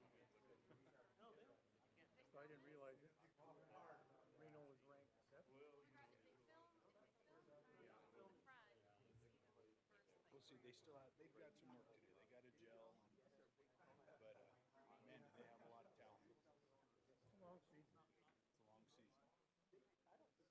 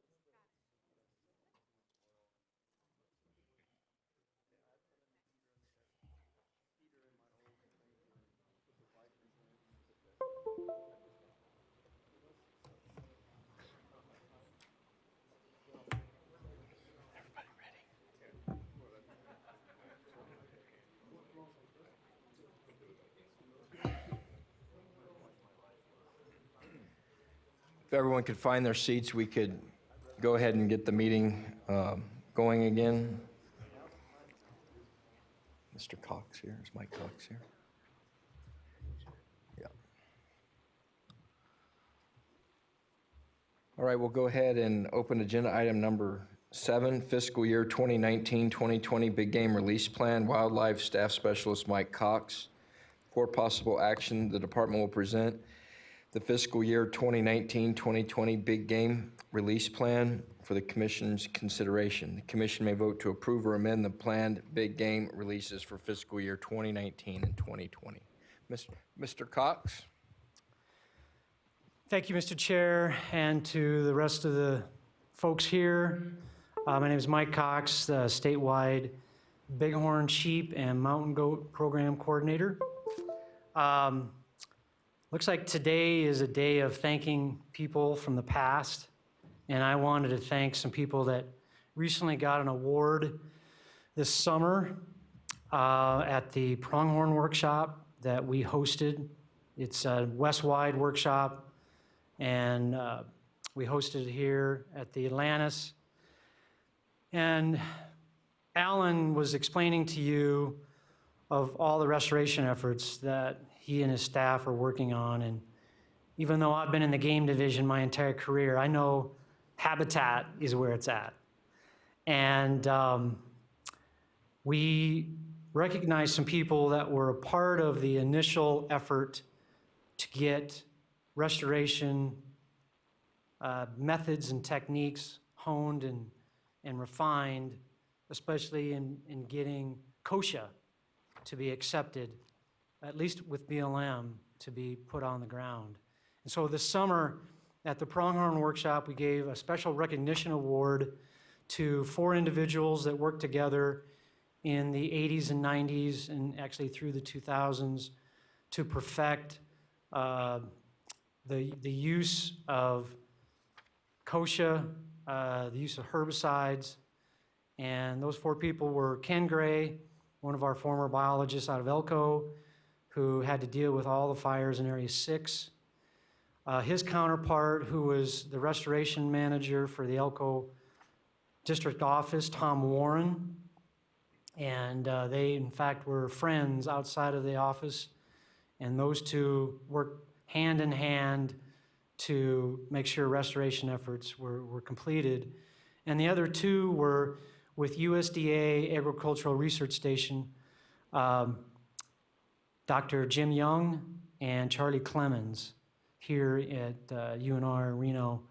And with the science and the application that they tried, all kinds of trials, it's really great to see that the restoration efforts are using what they determined to be the best way to restore something when all the invasives are trying to outcompete our perennials. So just wanted to recognize those 4 people today. Thanks. So can you put the PowerPoint up for the big game release plan? It's been a while since I've been here to speak about putting sheep on the mountain. We've been busy trying to learn more about our herds.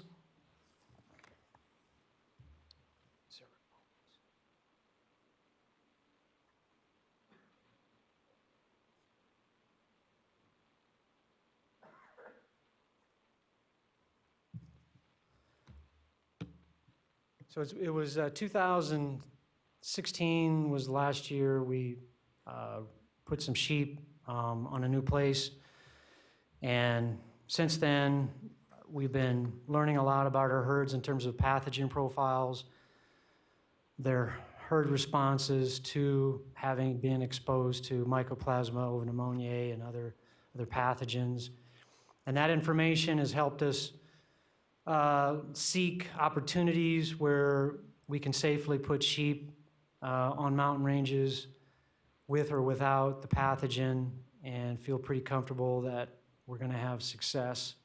So most of the releases that I'm going to be talking tonight, in fact, or this afternoon, in fact, all of them are in the western region. So I've been working with our staff since really April in identifying these opportunities.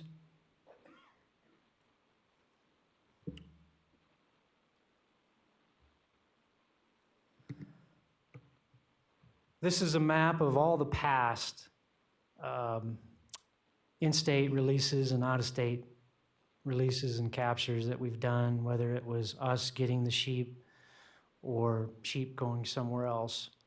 Quite the roadmap of places, and it's been something that all of us who've been involved, it's exciting, it's sexy, and we certainly have filled in most of the easy places to put sheep, and so that's why we're not as active as we used to be, but there's still opportunities out there. So this map shows all of the proposed release sites, and I'll go through each release document one by one, but I just thought I'd show what we're proposing for this year and then the following year, biennial 2-year release plan. So up in the northwest part of the state is the Massacre Rim. We're looking to augment that herd that is up in northern Washoe County. We have, actually I'm going to go in sequential order. So that we're proposing to do this year. The other release that we're proposing to do is the Bloody Run Hills, which is on the east side of Unit 035, right along the Highway 95 south of the Santa Rosas. And that would actually be a reintroduction. And then possibly next year, we've got the center part, north central part of the Granite Range in Unit 014. The Negro Creek population would be an augmentation. And then augmenting both the south end and the north end of McGee Mountain, which is adjacent to the Sheldon National Wildlife Refuge. I just want to point out on this map also shows in green, these are the existing herds that we have, occupied habitat, And these are all California bighorn sheep. This is the Oregon border, California border. I also put on the currently active domestic sheep allotments that are on BLM, that are out there on the landscape. And then the blue lines are trailing routes that the herders use to move their sheep from one season of use to another. I'll talk a little bit about that in each of the releases. All right, so I'm not going to go into great detail. You have the plan, and I'll definitely want to open it up for questions, but this is the massacre rim. It's an augmentation. We're looking to augment the population that's probably around 75 animals with another 20. And we've got a lot of unoccupied habitat, and we'd like to try to boost this population up to a level that they can sustain themselves. It is within the Applegate field office that's actually managed out of California on BLM lands. We currently have adequate water on the rim, but we do have a couple water developments that are being proposed through the normal BLM process, that they'll evaluate those sites. And we hope in a couple years that we may have those sites cleared and to add some more water as that population grows. And I've tried to list in each of these release plans where if we're concerned about separation from domestic sheep, how many miles away we're from either a active allotment or a trailing route. So we've got, in this particular herd, we're close to 50 miles from the closest public allotment. We do have plans to continue predator control once these animals hit the ground and give them a little fighting chance for the first year or two to get knowledge of the escape terrain.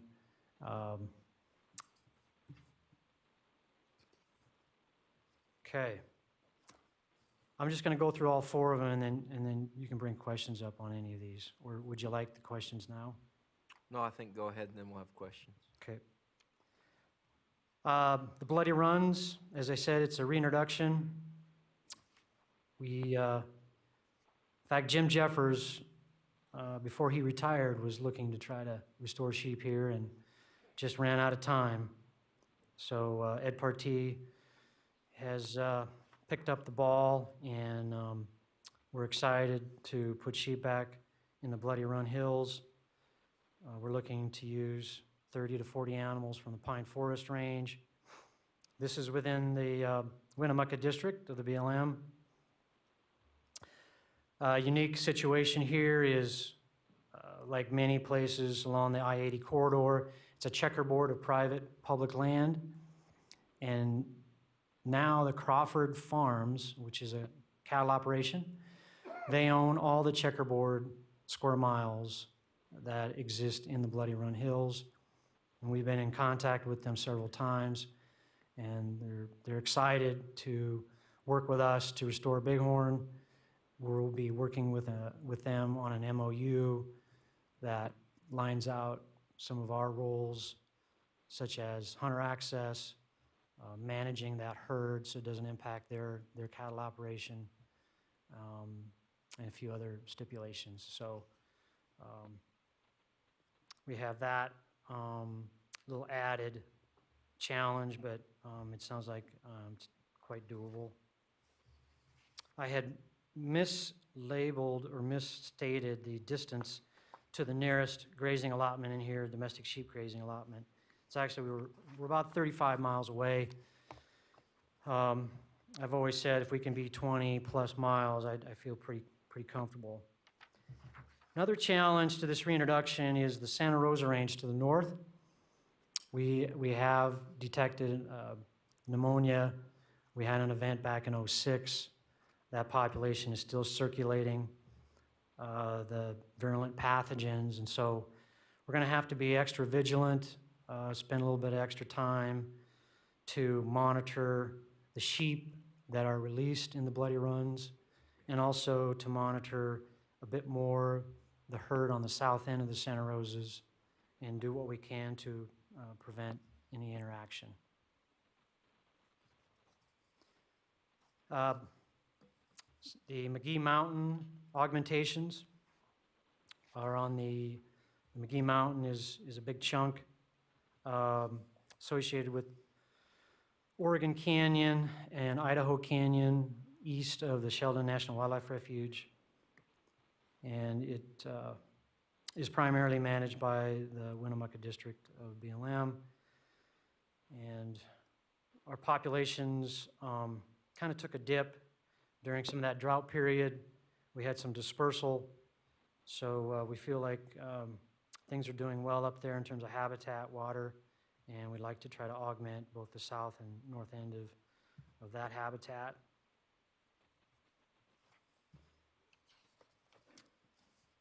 Next, the Granite Range, looking at that Negro Creek area, which is in the north central portion of the granites, and augment them with about 20 animals. Population's been building, but it still has a huge amount of habitat that is unoccupied.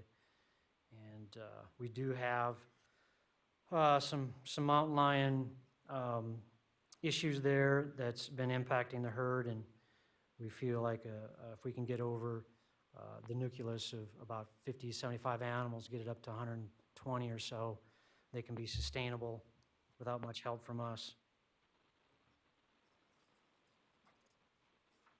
So those are the 5 proposed bighorn sheep releases that we have for the next couple years. Questions? Any questions for Mr. Cox? Okay. Commissioner Keel? Thank you, Mr. Chairman. In regard to the bloody runs, when was the last time sheep were there? And what was the cause for them, or the cause for the reintroduction? Why did they die off, or why did they disperse from that unit? We'll never know, but it was probably just like so many of the other herds in the entire northern part of the state, probably somewhere in the early 1900s, maybe up through 1940 was maybe the last known sighting, but we don't have any records of that. I can tell you that the last known sheep in the Jacksons was 1945 near King Lear Peak. But overharvest, disease was the primary culprit in the loss of those herds, including the bloody runs. So it's been vacant since that time. Commissioner Almberg? I caught that the stocking was for the bloody runs was come from the pine forest, but I don't know if I missed it or if you didn't mention where the stock is coming from these other transfers, like for the Massacre Rim, where are those sheep coming from, so forth? Good question. Starting with the Massacre Rim, we're likely going to use the Double H Mountains. They've been building, and but there is a risk of potential domestic sheep interaction there. So we probably want to try to manage that herd. So as it builds, we don't want to encourage ram dispersal. So we would take 20 out of there, and I feel like that herd can sustain that. South end of the Black Rocks would probably be the source population for the McGee Mountain, just from a distance-wise. Pine Forest is a little bit too close. They probably might beat us home before we get the trailer back to the office. And we haven't quite decided, probably the Pine Forest for the Negro Creek release in the granites. We do have an internal policy that we do pre-sampling within a month or two of using a population for source stock. So we have plans this fall to pre-sample the double H's in pine forest and confirm that they're still clean of mycoplasma. So we've been sampling those populations over the last few years, but it's been 3 years since we've got our hands on them. So we want to make sure they're still mycoplasma free.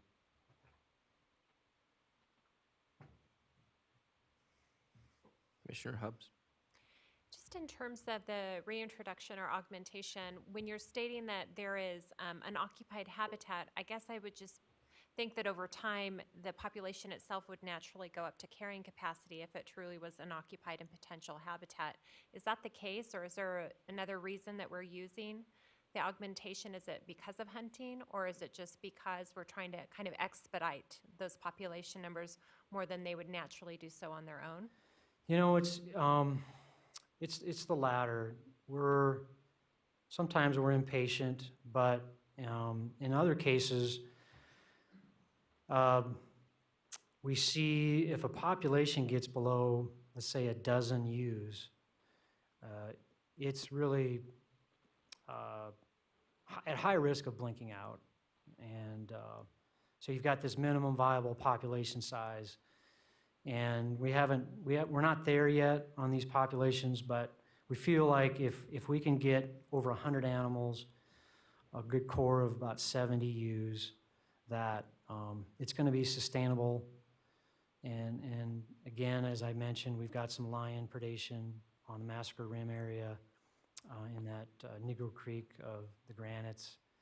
And if we can get a bigger core of ewes in there, I think we can still sustain mountain lion predation, but not slowly whittle that population down below its minimum viable population size. So, and if we waited, maybe it might make a positive turn, or it could go negative and continue to go from, 50 animals to 40 to 30. So we always hope that one release of 20 to 30 animals will start it and it'll take off.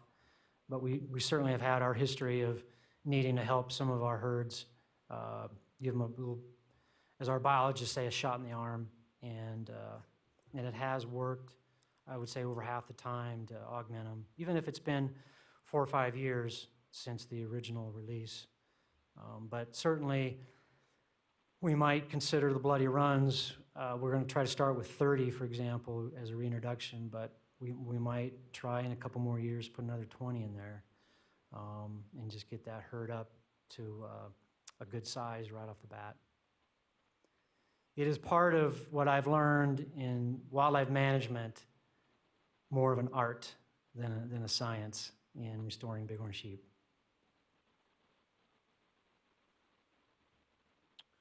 Additional questions for Mr. Cox?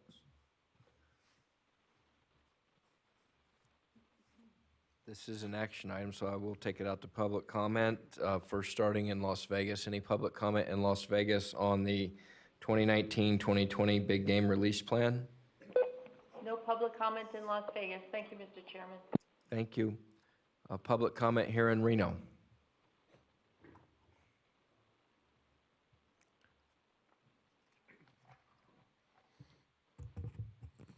Chris Eflou, MBU Reno, for the record.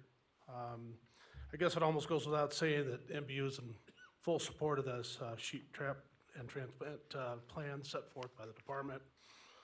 MBU is fully committed to and assisting NDOW both financially and with our volunteer effort in executing the plan that they have set forth. We would also like to thank Mr. Cox and the department for putting this together. I know a lot of time, a lot of effort has gone into putting this plan to where we are today. Nevada's sheep success story is legendary, and we'd like to keep it that way. I mean, we are the crown jewel of the sheep population in North America. Also, if I might add, I've been asked to represent Nevada Chucker Foundation. They couldn't attend today. They are in full support of this, and they are going to make a significant financial contribution to help the department and help move forward with this plan. Thank you. Thank you. Additional public comment? Mr. Casanelli? For the record, Tom Casanelli with Humboldt County. We also support the department's recommendations on transplanting California bighorn sheep. Thank you.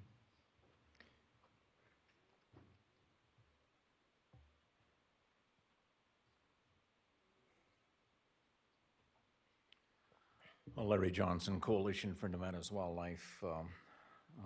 Yes, we're in full support of the proposed transplant plan.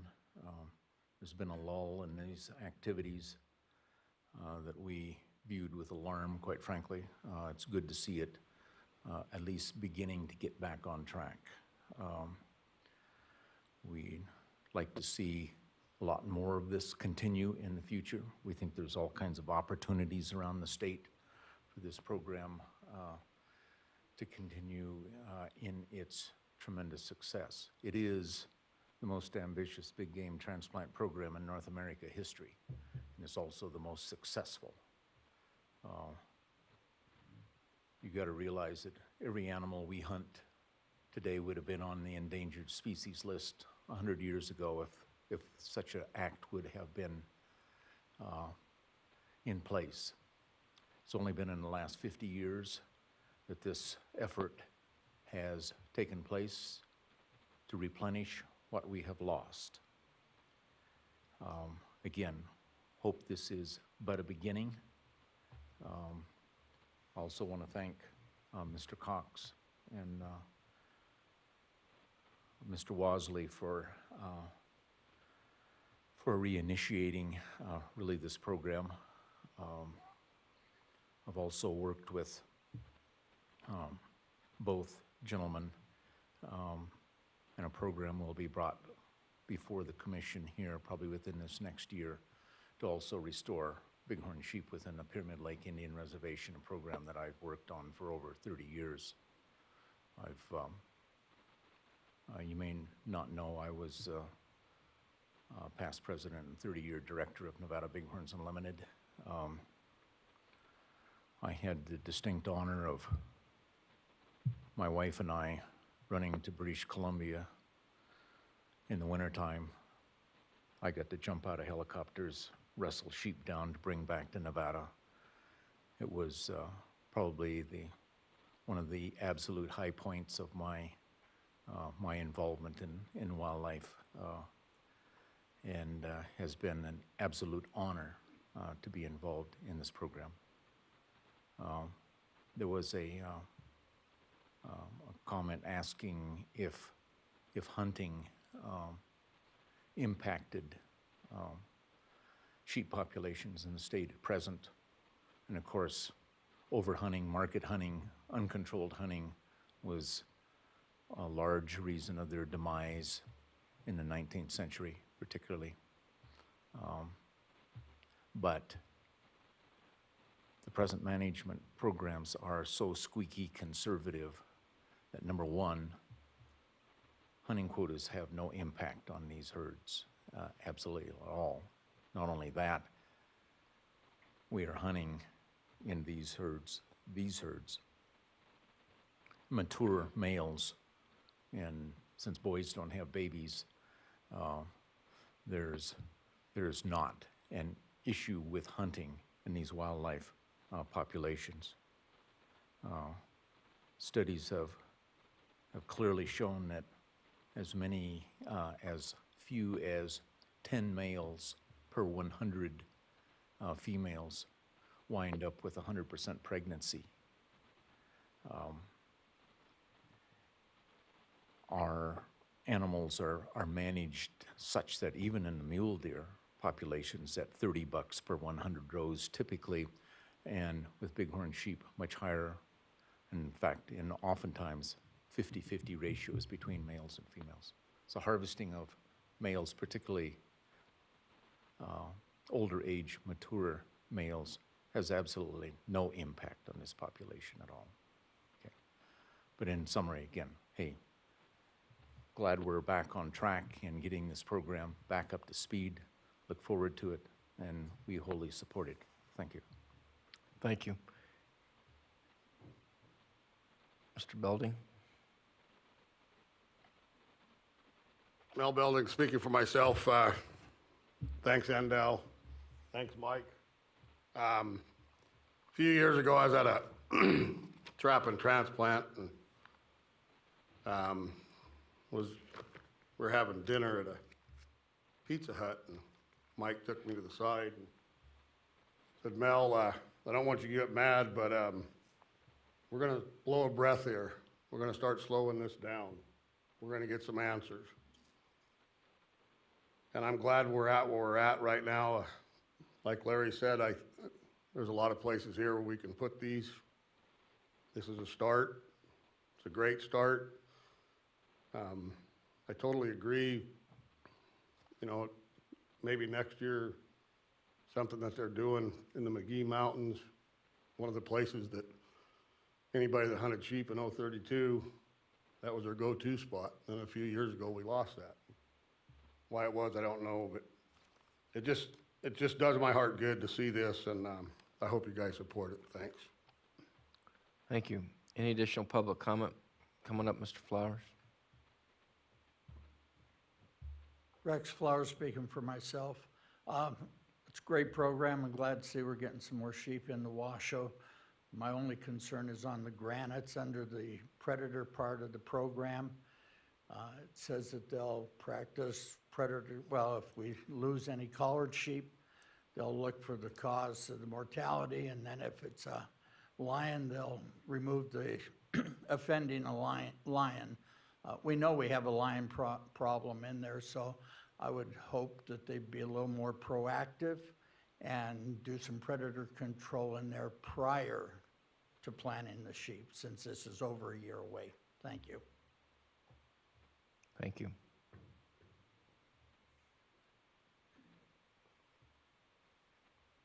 Thank you, Chairman Johnston and the rest of the commission. Lydia Perry for the record. I'm with Nevada Bighorns Unlimited, but I'm also here to represent a young generation of outdoor enthusiasts. I'm a native Nevadan, and I'm very proud of this state. I'm very proud of these sheep populations and all the work that has gone into this over the years. And so as a state, we're always adapting and changing. So we have to evolve.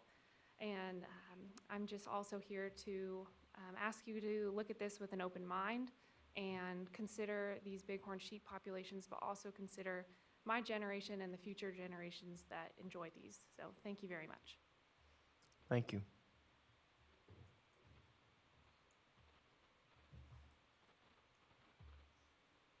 Mr. Purrier? Jim Purrier for the record, NBU, and I support everybody that's supporting this. This is a great program.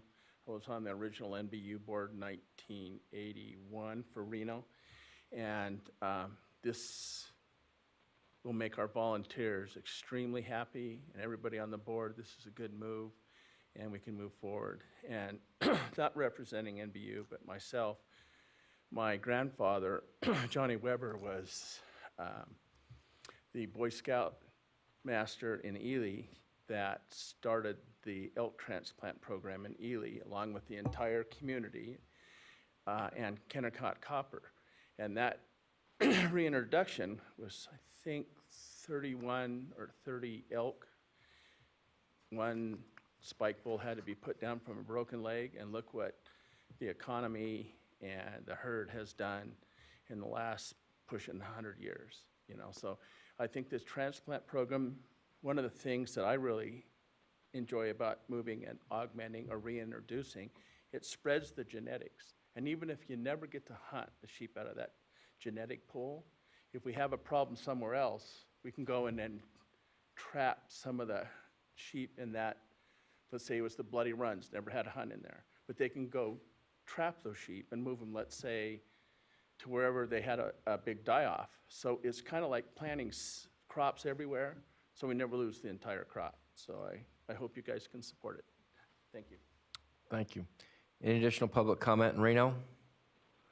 Seeing none, I'll bring it back to the commission for any further discussion. I guess one comment I would have is that I mean, I know I'm going to support the proposed plan.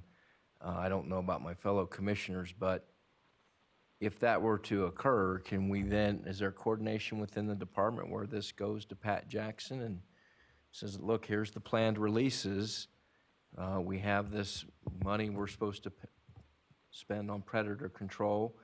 You know, put it on that side too, so that in connection with that, it's part of that plan going forward. Because, you know, one of the recurring things we get with respect to the predator management plan is they're not specific goals. And it seems that if we had predator management programs that were tied to big horn releases and augmentation like this, then you can talk about, here's one of the specific goals. We're moving sheep to augment populations or reintroduce populations, and we're going to have predator management to protect those movements to the extent we can, before or after the release, and it seems to me they would go hand in hand. Comments that we hear today, I guess I shouldn't assume that that type of coordination occurs, but I'm hoping that it does, so can we do that? That coordination is occurring, and we'll definitely do our best to, if we, and I hear, whether it's Mel or Rex and others, we will evaluate pre-treatment efforts. We'd like not have to do that, but if we need to and we think we can, and we have a contractor, Wildlife Services available, we'll do that. There is a lot of funding involved. I'd be remiss to not say that this effort that I've been involved with for almost 26 years is a family, and we could not be successful without everyone working together, sportsmen, biologists alike, multiple land management agencies, and so we definitely want to make sure that our investment is protected, and we've shown that once we get a certain population size that those herds can sustain natural predation, but give them a chance. So yes, I'm just down the hall from Pat, and you can roast me at the fire if I don't communicate well with him. Questions or comments? Commissioner Hubbs. I mean, I guess my only question again is, I know you've probably, I go back to that time when we were looking at all the populations and all the populations that are testing positive for various strains of different mycoplasma or viruses. And I'm just wondering, I guess with all the movement of the sheep over distance and mixing between populations, if it just exacerbates, or if they believe that it might have exacerbated what happened in the past. And I'm sure you're looking at those populations when you're deciding where you're going to source them.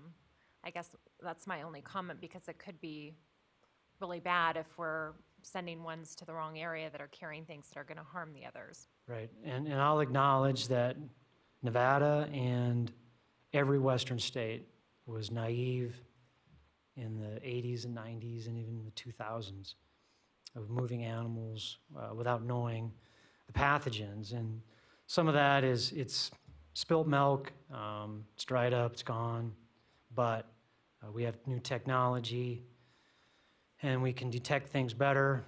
And that is one of the reasons why I haven't been beat up yet. I haven't been tarred and feathered by the NGOs, but that's why we've been silent for so many years, is we wanted to make sure that we had the knowledge, we can make informed decisions, and we think that we're at that point. And again, that's why we have an internal policy that we will pre-sample an adequate number of animals, that if there is virulent pathogens in that population, we're going to know.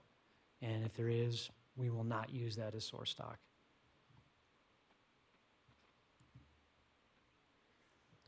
Can we get follow-up report? Well, I guess I'm jumping the gun. But if this was to be adopted and approved by the commission, I mean, can you give us periodic reports on the actual results? as we continue on, both of the immediate, capture and release, and then going forward? Yes. In fact, I will start with a verbal and formal invitation to every Wildlife Commission member. I will give you, within a month of our proposed captures, a little bit of information on the dates and times, and would love to see you all come out and experience it. I never, ever get tired of them. Thank you. Commissioner Hubbs. And just out of curiosity, the populations that you're taking the sheep from, I mean, do they ever experience some type of stress because of the reduction in numbers, or are their numbers so high that it's negligible? I mean, what I'm thinking is, if you have some very small populations, like the first one we discussed was only 75 sheep in the entire population, and these source populations, how large are they, and what does it mean when we take away 20 or 30 sheep from that, from that area? Well, a lot of the pine forest is a huge herd. We've actually been talking about U-hunts for years, but there's a lot of space that they're continuing to grow into. But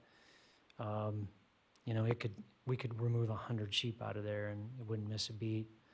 And many of these herds that we use as source stock, there is a density-dependent reaction, and it's normally positive.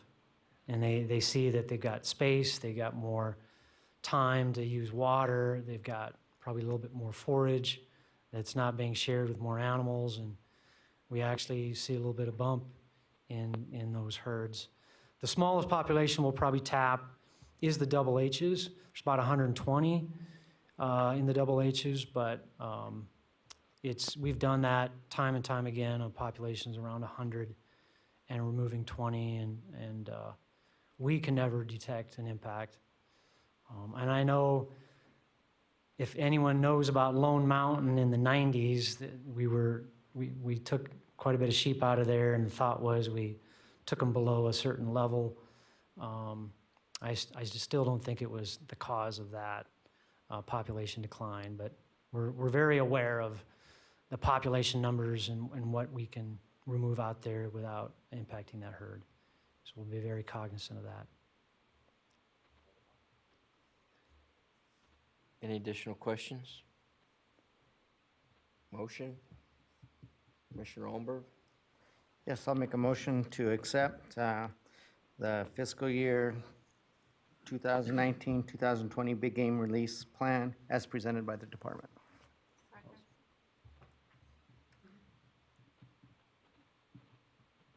I have a motion by Commissioner Olmberg with a second by Commissioner East to approve the fiscal year 2019-2020 big game release plan as presented. Any other further questions or comments? Commissioner Hubbs. Sorry, I one more question. After this movement happens, are you coming back to the commission to report the results of those, the augmentation and the reintroductions for each area, so somehow we can see if it was a positive change for those populations? I think that would make at least somebody like me feel better that that was a good decision to make from a management perspective, that actually helped the populations in those areas, didn't harm them, and there were no negative consequences on the source populations too. Yeah, and it'll probably be several months before we can give you an update on the source population.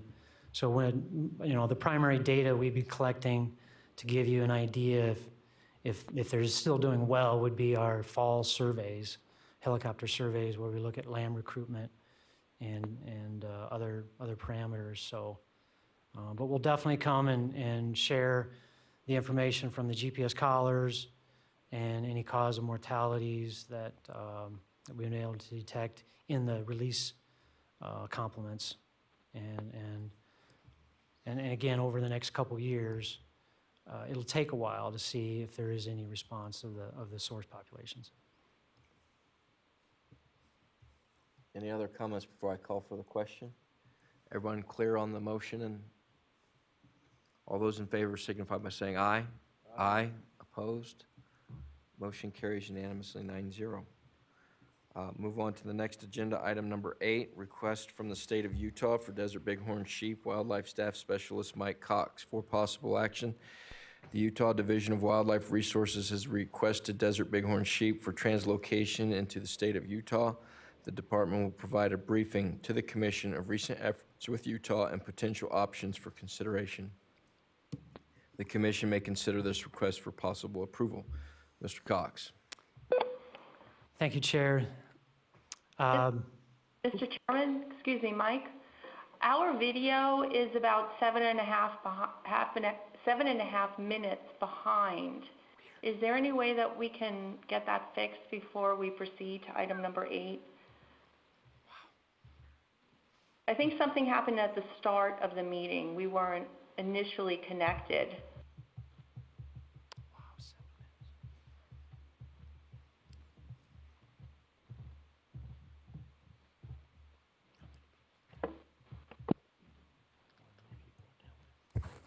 Kathy, I think Chet is checking into it for you.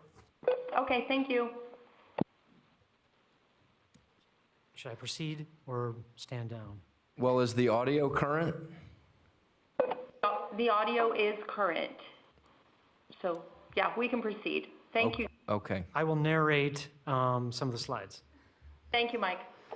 So actually, the first slide was one of the more recent captures that we did for Utah Division of Wildlife Resources. That's Jason, field biologist from Utah, and Chris Tomlinson from our diversity division that we commandeered to help us. And it's always been a great relationship that we've had with the state of Utah. They have a really great growing program. And I've got some numbers to share with all of you with their program. And so we've got the letter that they submitted. It was pretty generic, but I'm going to get into the details. So they're asking for 150 desert bighorn sheep over the next 3 years. And we've actually in the past probably had an unlimited number of sheep to give to Utah if we wanted to, but we wanted to come back and make sure that you're still supportive of us assisting our next door neighbors. This is a list of all the releases that we've done into the state of Utah. We, from educational purposes in the early 70s and 90s to the most recent translocations down into the south central portion of the state, primarily in the Kaparowitz Plateau, associated with the Grand Staircase Escalante National Monument on BLM land, and the Glen Canyon National Recreation Area. So you see that we've translocated over 300 desert bighorn sheep over to Utah. And I didn't put this into a slide, but I talked to my counterpart, Jace Taylor, just last week, and the Kaparowitz Plateau in 1980 had about 180 animals, and it now has over 600. And a lot of that has to do with our translocations. So we feel pretty good about the success that they have in the results of sharing our sheep with them. And sometimes I can be hard on them. Sometimes I ask a lot of questions. And if we don't feel comfortable of where they're putting them, we sometimes tell them, you better find a better spot. So sometimes I don't do that with my counterparts, but they understand that we really care about our sheep. We want them to be successful, and I think it makes them better managers. So really feel great about our relationship, the decisions they're making in Utah. So one other thing, we share a lot of critters, and we are still on the positive side of receiving more from Utah than we've shared. So we've received more than 600 pronghorn and almost 800 elk from the state of Utah. And we've only shared 300 animals with them. So again, we're looking at 150 bighorn sheep over a 3-year period. So the current most highest priority for Utah is what's called the Mineral Mountains. It is down in the southeastern part of the state. And I have a map that I'm just going to jump to it. So here's the Mineral Mountains. This really is considered the Basin Range, very similar to us in the state of Nevada, these north-south, narrow, single ridge mountain ranges compared to the Colorado River, the San Juan River country that is all this big glob. And so they're looking to try to restore their bighorn in that neck of the woods. The nearest town is Milford, and kind of in the middle of nowhere, a very low populated area. It's a 9,000 foot peak, ridgeline actually over 9,000.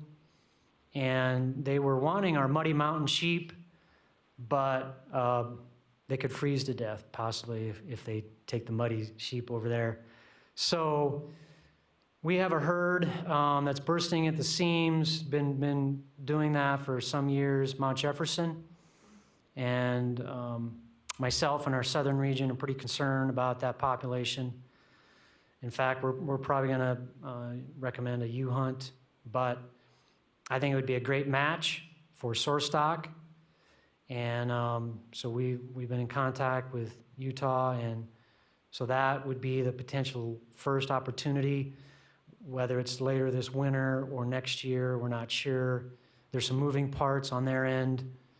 And we actually have a capture coming up next week on Mount Jefferson to do some disease surveillance and to better understand home range, season of use. So that would be our pre-sampling effort for that herd. And we'd probably be looking at up to 50 animals to remove. Mount Jefferson right now it's estimated to be about 500 to 550 animals. Probably we'd like it to be around 400.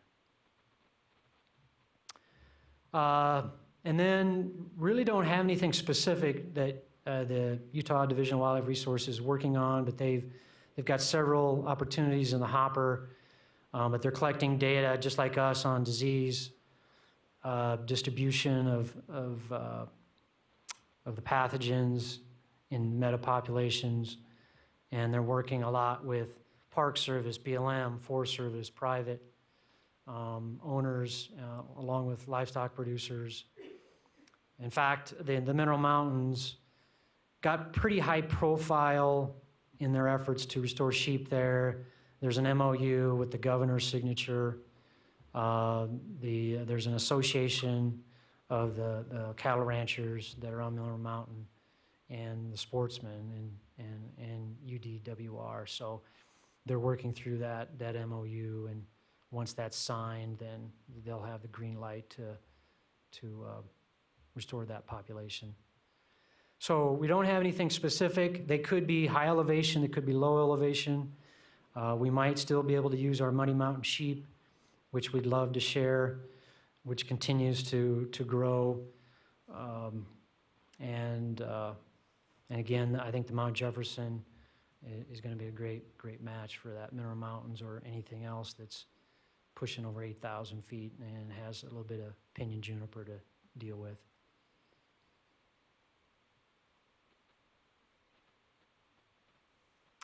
Oh yeah, there's the numbers on what we've shared. I guess I had it flipped, almost 800 pronghorn and 650 elk. Questions? Vice Chairman Valentine?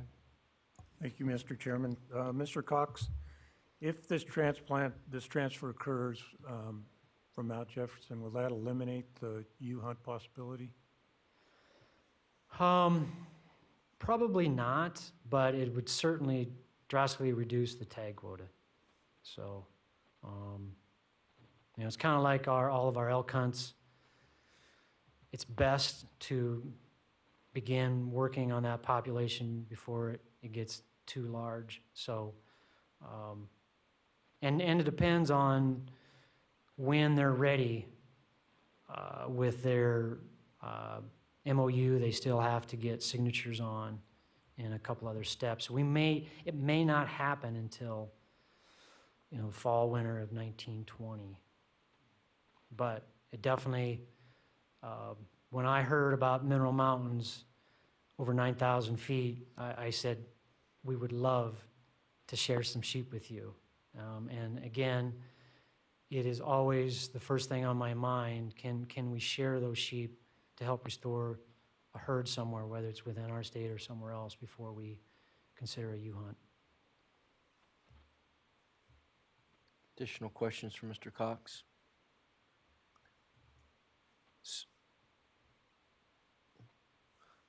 Seeing none, we'll have to take it out to public comment. Public comment in Las Vegas.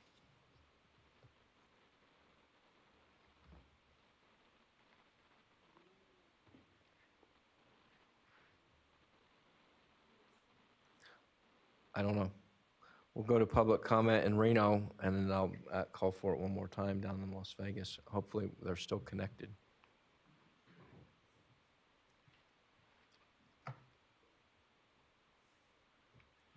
Well, Building, I'm speaking for myself. Again, I just love seeing this stuff. I appreciate the question from Commissioner Valentine. I'd love to see us not kill any more ewes.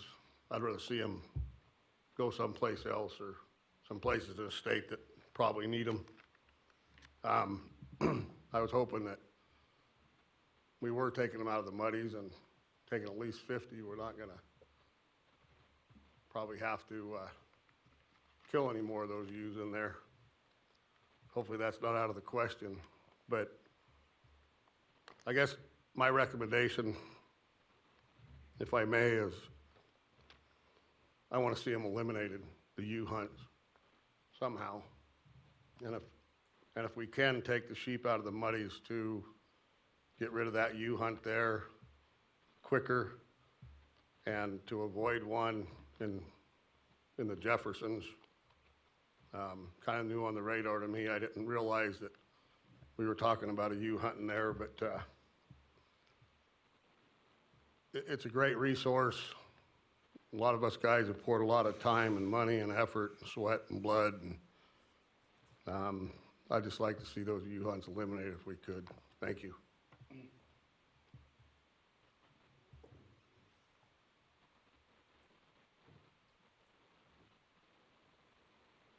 Mr. Johnson. Yeah, for the record, Larry Johnson, representing myself.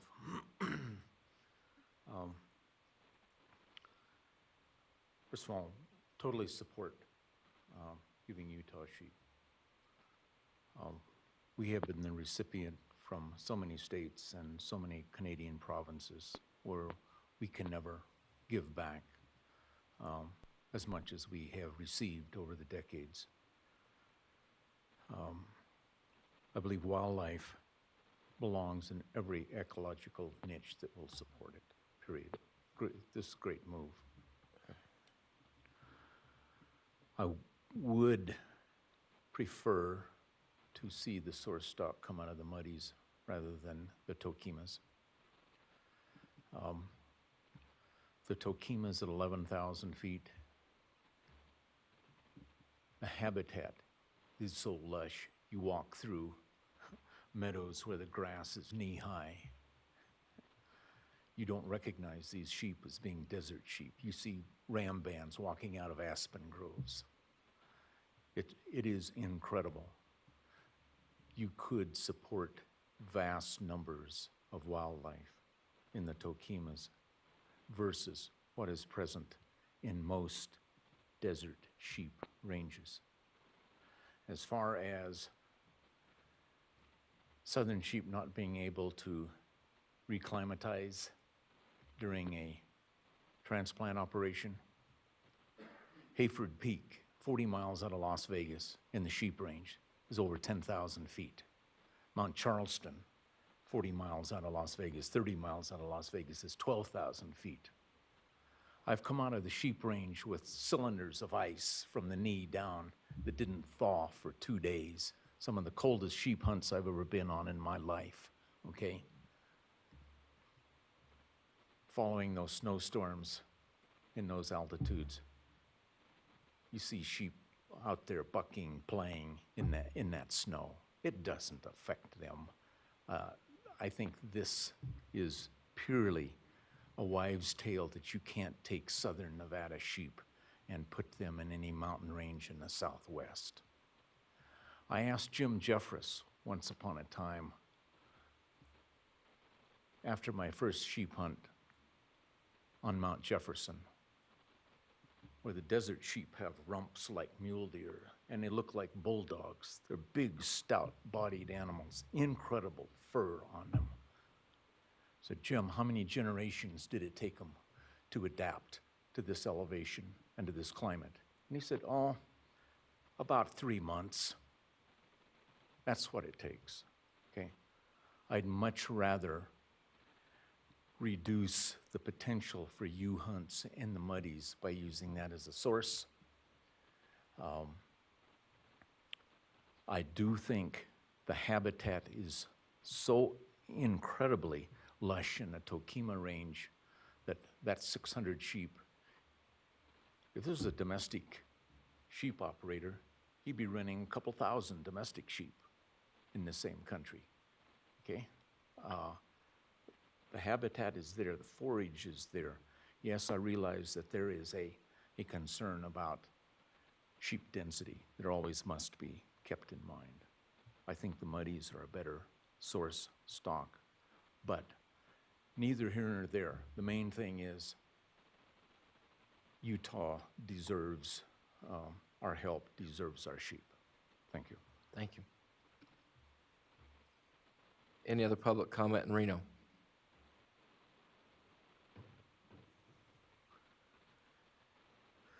Mr. Casanelli?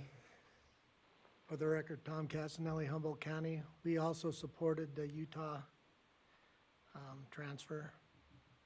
Thank you. Thank you. Any additional comment in Reno?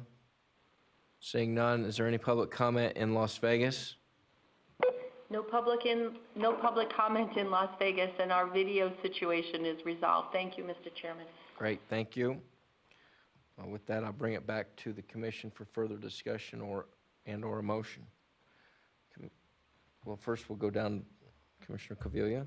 I'm just checking, this is for actually for up to 150 sheep over 3 years. This isn't strictly the relocation to Utah this upcoming winter, correct?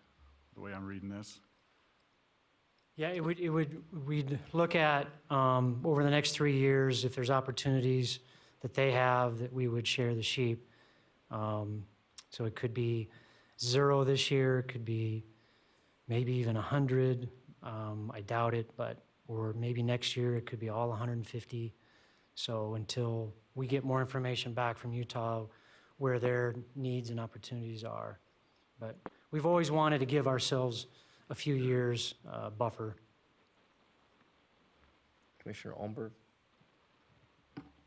Yes, I guess my personal position on this is I definitely ain't a fan of the U-hunts as well.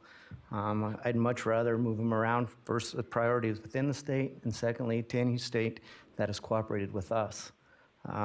And so in my own experience, what I've seen the sheep adapt to in the White Pine Range, they come there, we monitored them, they had collars on them. They chose to spend the winter on top of the mountain, even though they could have descended down to the desert country. They did not. So they do adapt pretty rapidly. And so as we do these translocations, I would like to consider replacing the U-hunts with those sheep instead of hunting them as stock, as we're fearful of the muddies starting to move out and get into disease. It would seem logical that we could use them and you know, we're killing two birds with one stone, is we're preventing them from migrating out, and we're putting them to good use. That's just my thoughts. Additional comments? Commissioner Hubbs? So, in the department's opinion, Mr. Cox, have you noticed that when you do move any type of wildlife from one elevation to another, or latitude, is it latitude, longitude? If you have that shuffle with wildlife, that it is a hardship on them, or, I mean, you must think that because you brought it up. I mean, what, have you seen that before when you're moving them? Well, it's, the afternoon is drawing to further and further down to 5 p.m., and I could talk your ears off for hours. The Mount Jefferson herd was started from the River Mountain sheep living at 1,500 to 3,000 feet. And they acclimated in 3 months, as Larry said. But it was a drop net in the dead of summer. And, you know, we can all endure hardships. Our wildlife endure hardships. We were talking about the excess horses over lunch, and our wildlife are trying to overcome that. I'd love to have them have more lush riparian areas, and I'd love to have our sheep not have to go through any hardships. But I will admit, bighorn are the most elastic animal that I know of, but yet sometimes the most fragile when it comes to pathogens. So I wish we could only focus on the muddies. The muddies is not the only herd we have. We have literally 100 herds in the state, and we have several that are over 500-600 animals, and we have to manage all of them. And I wish the muddies was our only problem, but it's not our only problem. And we have not done a drop net in the summertime for over 20 years. And I doubt if we're going to get into that method of use, but if we did, it would work. We could take muddy sheep in the dead of summer, and those animals would know in 3 months they got to do something physically, physiologically, as the sheep did on Mount Jefferson. Huge success story. So I'm fully aware of that. But if we have the opportunity to use sheep that are already acclimated to tree cover, already acclimated to predation, then I say we use that, especially with a herd on Mount Jefferson that the way it uses its summer range scares us. They're all together. And I've been on Mount Jefferson several times personally. And when you have a herd of 300, they're all hanging out together. It's one big amoeba. They utilize a lot of forage in a few spots. And it's a big mountain, but those animals are really tied to the top. We have subherds that are working their way and using other places to the north, Northumberland area, but it could be decades before they disperse and move into other parts. So I wish, no, I don't wish. I'm very glad and proud that we have a problem. It's a good problem to have. Most states are frustrated at me when I talk about we have 12,000 sheep. But it comes with a big responsibility, and we just don't know what triggers can take a population from 600 to 100. And we are working hard to find homes for our sheep, but we've done all the easy ones, and it's going to take time to open up areas that we feel safe and responsible to use those sheep instead of just putting them, good sheep into a bad spot and turning away. So I wish we had more options, but again, I could talk forever about each one of those herds and our limitations, but We are trying to find places for the muddies, and they're just not there right now that we feel comfortable. There's, separation from disease, vectors, and other things that we have to worry about. I think in the past, the muddies carry the mycoplasma, right? No, they're Or clean. They're clean? Yeah. Okay. They're kick-ass bighorn that somehow have found a way to be on their own island, and they're doing quite well on that island.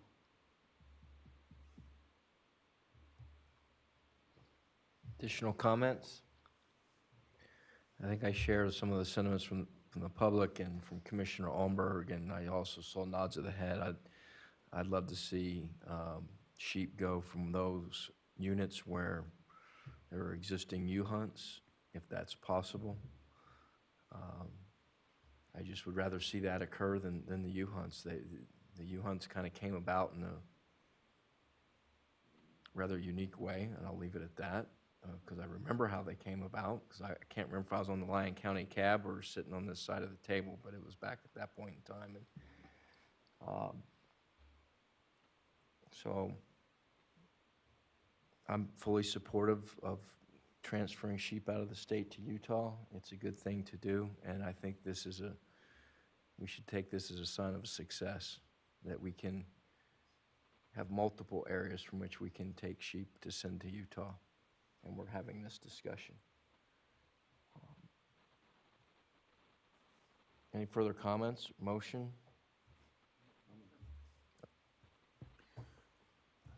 I also- Commissioner, wait. Is one of you going to go, or both of you going to go? I'll go. No, I was just going to comment and then make a motion, but, and I agree with probably everybody in this room. The faster we can do away with the U-hunts, the happier I'm going to be. So with that being said, I make a motion to approve a transfer of desert bighorn sheep from Nevada to the state of Utah as presented.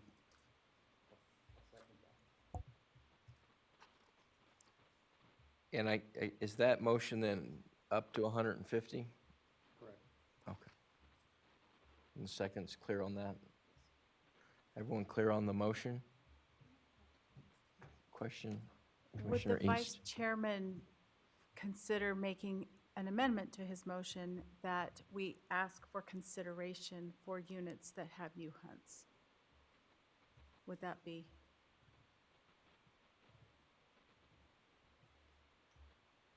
It doesn't have, we don't mandate it, but they could consider it.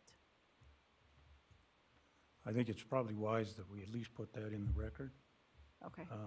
So I'll amend my motion to approve the transfer of 150 sheep to the state of Utah with the caveat that we try to utilize the sheep from units that are currently have U-hunts and that could possibly go to U-hunt. And is the second fine with that? So the motion, then, as I understand it, as amended, and the second's fine, is a motion by Commissioner Valentine, seconded by Commissioner Almberg, that this commission approve the transfer up to 150 desert bighorn sheep from Nevada to the state of Utah, with the caveat that the request is made to the department to utilize sheep in those units where U-hunts exist or may likely come about, if feasible. Everyone clear on the question? Mr. Cox, you clear on that? Yes. All those in favor signify by saying aye. Aye. Opposed? Motion carries 9-0. Thank you, Mr. Cox. Thank you.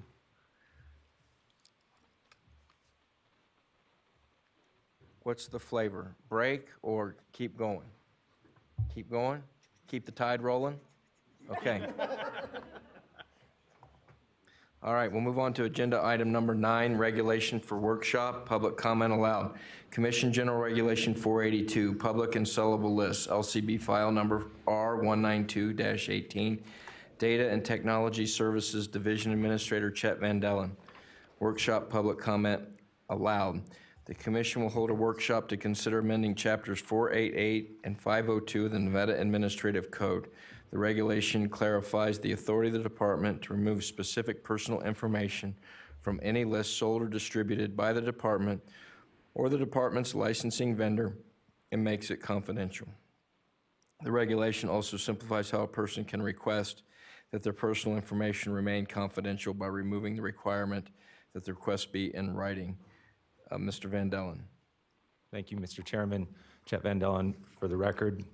Members of the commission, the department is proposing an amendment to two specific chapters of NAC 1502-211 and 1488050. They're functionally identical, one pertaining to boating records, one pertaining to hunting, fishing, and licensing records. You summarized it perfectly in your introduction. We're simply trying to clarify the existing regulation so that we are not requiring a person provide written request to remove their name from a list distributed by the department. We're clarifying that the licensed vendor is acting in the capacity of the department, so any list distributed by the vendor specifically would also be covered under these regulations. And we're clarifying the types of information that it would be kept confidential, namely the name, address, phone number, and other personal information that would be contained in our licensing database. I'm certainly open to questions. Thank you. I'll just make a couple. I have some written correspondence I'll give to the file. They all came from the Outfitters and Guides. One came from the Outfitters and Guides Association. The other came from Mountain Man Outfitters and Michael Gerard. And Henry Krinka sent one on behalf of Hidden Lake Outfitters LLC, who I think he's also signed the letter to the Nevada, or from the Nevada Outfitters and Guides Association. The letter was not addressed to me. It was actually sent to Senator Pete Gokachia. I received a call from Rachel Bazzetti on this item as well, and I also received a call from Senator Gokachia. There was some concerns from the Outfitters and Guides about this workshop occurring at this point in time of the year when many of the Outfitters and Guides are in the field with clients. I'm a bit confused as to what their position is, because the existing administrative code section says upon the written request of a person who has obtained a license, permit, or tag, and this proposal is to remove the written request that just says upon the request. So I guess the question I have is, how else are they going to make the request if they don't send you something that says, hey, take me a telephone call or? No, our intent is that your request is delineated in your account on the NDOT licensing webpage. So you can simply opt in or opt out of the confidential list by selecting an option in your profile. So it'd be an electronic request. And I think one of the comments I made to Ms. Bazzetti was that at a workshop, we can't adopt it. And I would think I would know this by now, but it goes from workshop to a first reading and then a second reading. Is that correct? But it seems like we always have like 2 or 3 workshops and 5 readings. So maybe that's why I don't keep the minimal process in mind, because we never get it done with the minimal process. Is that right? Workshop and then 2 readings? Yes, Mr. Chairman. I don't believe that is described in statute. What the commission has tried to do is have an initial workshop reading, a second workshop, and not force it as a previous commission had done, is a reading on Friday, adoption on Saturday. We didn't think that was fair to the process. And so I think under previous Chairman Drew, we started, the commission started a process of 2 readings prior to adoption. In some instances, the second reading had been scheduled for a Friday with possible adoption Saturday, but it has also, as you indicate, been stretched to 3 or 4 or 5 readings on numerous more controversial regulations. And I guess if I'm reading the correspondence I received, it sounded to me like the Outfitters and Guides Association did not want to give people the option to remove their personal information. That's how I interpret it. I don't know how anybody else interpreted it. So with that, I mean, that's kind of the background. 2 points of clarification. I believe the process is 1 reading. You would do a workshop and then you can recommend it to go to a reading for adoption. Is that true, Josh? Yeah, I believe the rules as far as adoption of regulations, you need the one workshop and then you can have it come back and you can adopt it at the reading. And the second point I'd like to make is neither of these proposed regulations pertain to the actual act of making your name confidential or not. That has been on the books since 2004. It's the mechanism for which we obtain your request to make that confidential.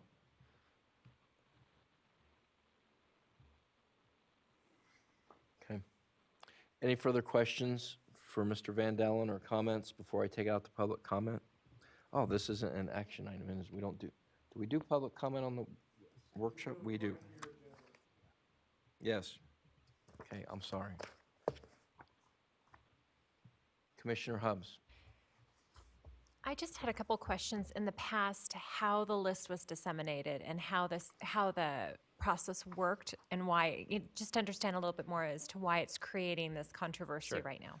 So Chet Van Dalen for the record, thank you for the question. We deal historically in several lists that could be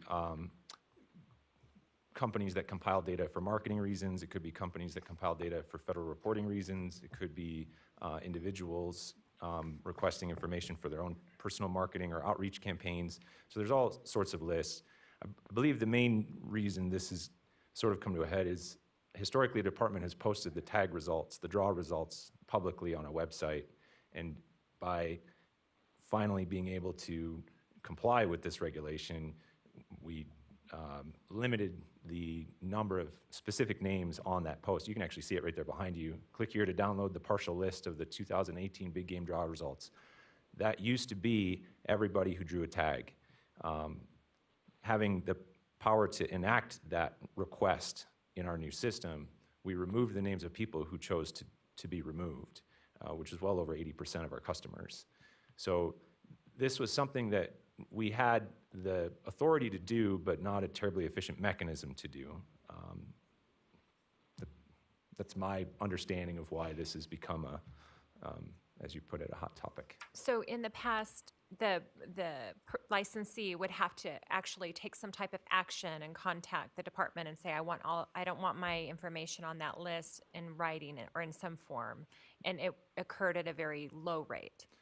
That is correct, and that hasn't changed. You are still taking an action to request your name be removed. The default status is your name is publicly available. You still have to take the action to remove your name from the list. It's just an electronic and more convenient action.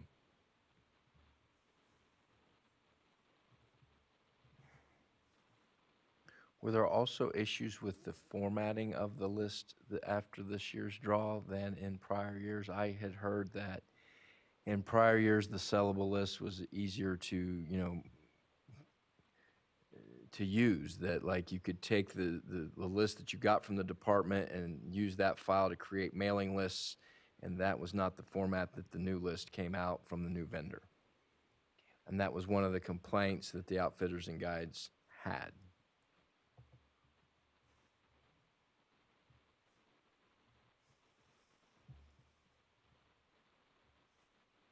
So we posted a PDF document with the name and the results on the website.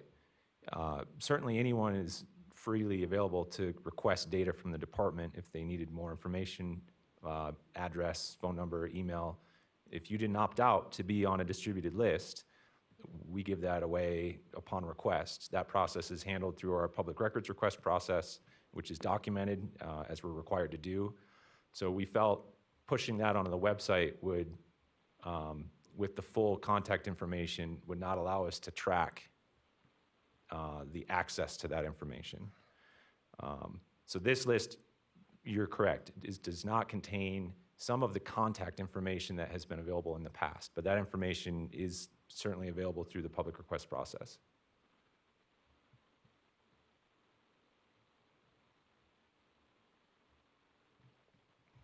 From what I remember from the letters, I'm sorry, it was, I think, in regard to emails. Is that what you're referring to? No, No, I mean, it just seems that there was a saleable list that existed when System Consultants was the vendor, and that list is quite different now with Calcami. And there's the notation, over 75% of successful tag applications opted to remove their names from publicly available lists, which I understand people making that decision, but I think what happened was the list was reduced dramatically with the new vendor, and that list being in PDF could not then be used like an Excel or some other type format where you create the mailing labels, and that was the issue. Those were the key issues. And now, so when we get this regulation, which is pretty consistent with what already exists, we're getting pushback or input from the outfitters and guides saying, whoa, hold on, because they weren't happy with the saleable list that came out after the last draw. I mean, that's the way I understand why we're here and why we have the correspondence. So, and they're talking about they want a saleable list that when they have it, it has the name and address of people so they can do direct mailers. Hey, you drew this tag in this unit, here's my outfitting company. Or here's my guide service, here's my brochure, here's my contact information. And I know the department did some things with putting guide information on the website and various things like that, so.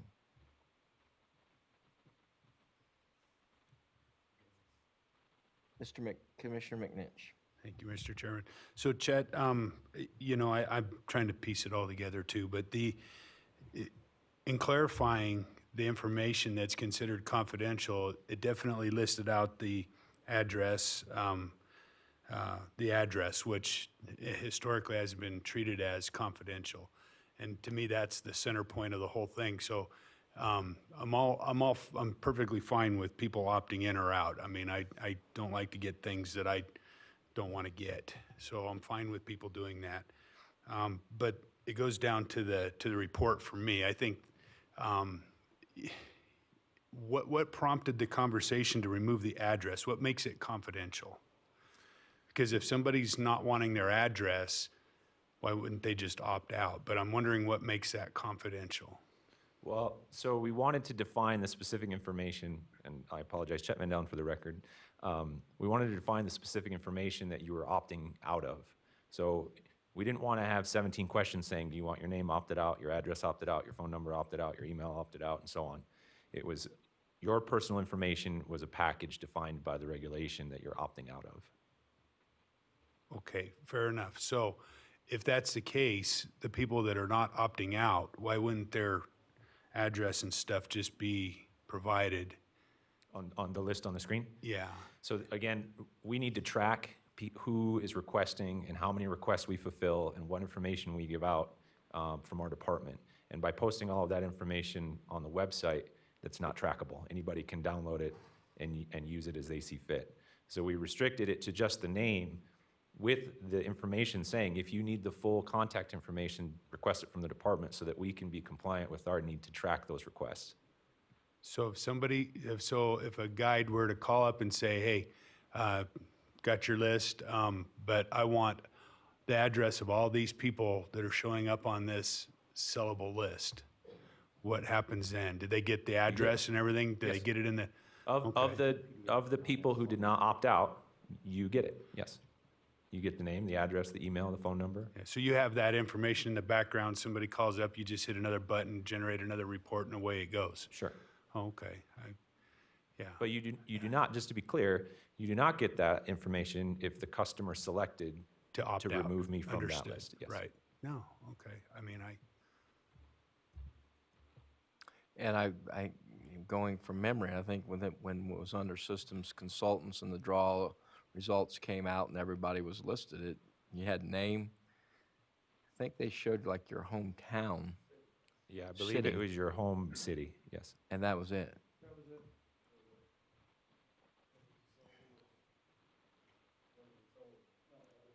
No, that was the draw results. That wasn't the saleable list. Saleable list was something different. And so now the saleable list contains the address, name and address of those who successfully drew tags and did not opt out of having or who did not declare, I want my information kept confidential. That is correct, and we're focusing on tag results, but this also pertains to boat registrants, Right. license holders. I mean, we get a lot of requests from manufacturers, dealers, large retailers. It does span more than just tag results, just to be clear. So, correct. If you request to the department that I would like a list of every fishing license holder, for example, and their name and address and email, we will give you that list as long as they didn't select to opt out of being on such a list. But you have to request it. We have to track that. We have to be accountable for the information the department distributes. Commissioner McNich. Thank you, Mr. Chairman. So really what it boils down to is that people asking for that list might have a little extra work to do because it's not in the nice, pretty format that it's been in the past. Is that what it boils down to? If you request a list from the department, we'll give it to you in Excel or PDF, however you like it. We put it on here as a PDF because it's a smaller size and it's easier to download. You could certainly convert this to Excel or anything you wanted, but in this particular case, if you requested from the department, I'd like a list of all the successful tag holders in Excel format, we would give it to you in Excel format. Yeah. Which I think, and if Dag Woodbury, correct me if I'm wrong, but I'm not sure that that's even required to put it in a specific format. If you have it, you just provide it in whatever format you have, but you're not required to manipulate that information based on somebody's request, are you? That's right, if whatever format you have it in, so if they did have it in an Excel format available and they requested that, they could provide it in Excel, but they wouldn't have to necessarily provide or create an Excel spreadsheet for an individual who requested it that way. Yeah, so it seems to me like you're going a little bit beyond what you even need to in that sense, so, yeah, okay. So is there a price associated with the list? Because I hear sellable list. So, and I apologize for not mentioning this earlier, another point of clarification in the regulation is that it was limited to sellable lists, which means money has to exchange hands. We give a lot of this information out for free. If you request this, I've fulfilled one today even. If you requested the tag results and the people that opted to stay on the list, we did not charge for that. Unless it's a undue burden on the department to compile that information and present it in a format that's not readily available. Let's say you wanted each name on a single piece of paper, for example. We do have the authority to charge for something of that nature. But most of the time, we compile the data and send it to you free of charge, which is why we added the term "or distributed," because it's not technically for sale. So I don't want to keep going down rabbit holes, but then I have a question. What if someone makes an official public records request and says, I want the identity of the name and address of everyone who drew a big game tag? And I don't care whether they opted in or opted out of keeping their information private, because I'm making a public records request as to what's that, how does that play out? And I'll defer to Deputy Attorney General Woodbury here. Well, under the public records law, you can make a request for records that are public and not otherwise deemed confidential. So what this does is, by opting in, it is confidential and not subject to a typical public records request. So so we have the authority, because I know that the public records laws are really strong, especially in Nevada. So we have the ability to determine confidential in this case? I haven't dealt with the LCB side of this. I know that the regulation that did exist, had this confidentiality aspect to it. And there are, in the Public Records Act, there is a large list of statutes that meet the definition of confidentiality. And there are some regulations as well that certain commissions and agencies have been able to add confidentiality provisions to. Yeah, but that's a big change in this regulation. If you read what's written now, it's a list sold by the department. And now you're changing to a list sold or distributed by the department. And so they're changing, you're changing a little more than what you alluded to you're changing, because now it's not just the written request and making it easier when they do the application. Now it's going to cover, if I opt out and say I don't want my information available, that's going to apply not only as it does under existing administrative code to a list sold by the department, it's a list sold or distributed by the department. That is correct. So, and now it's not just sellable lists, now we're expanding it to all lists distributed by the department. So why that change? So, Chet Van Dalen, for the record, that's a good question. The reason we did that is because we didn't want to sell the data when, for instance, a taxidermist wants a list of everybody in his area that we can compile, on hand. We didn't feel that, we do have the authority to charge for that. We can charge the cost of us compiling that information. But if it's available and easy to distribute, why not just give it away upon request, right? So we added the or distributed to cover the fact that we're not charging for most of these requests. Why not? I mean, that's like someone coming to me and say, I want a bunch of your work product, Brad, and how do I solve this legal problem on a farm? And I'm like, oh, let me give it to you when I have the authority to charge for it. I guess that's an accommodation, I understand, but I just feel like there's more going on here because of the phone calls I'm getting and the way it's being presented, but then when I read through it carefully, that there's something, just more. There's more to the story. Can I say something real quick? Commissioner Caviglia. I guide, I have a sub-guide license. I don't get into booking clients, but I believe and what's going to come out in the public, when the public gets to speak, part of the guide's issues with this is the list they got last year was substantially less than everything they've ever got before. I think the amount of people that used to write in and request to get off the list was minimal. So they pretty much would get the list of everybody. Last year, they got 25% of everybody. So that's a big chunk of the heartburn. And that's because it was part of the online application process, which was something new with the Calcami. Correct. When I did my big game application through systems consultants, and I don't think that was ever the option. You just went in and navigated that website and submitted, and I never was asked opt in, opt out on my personal information. So, okay.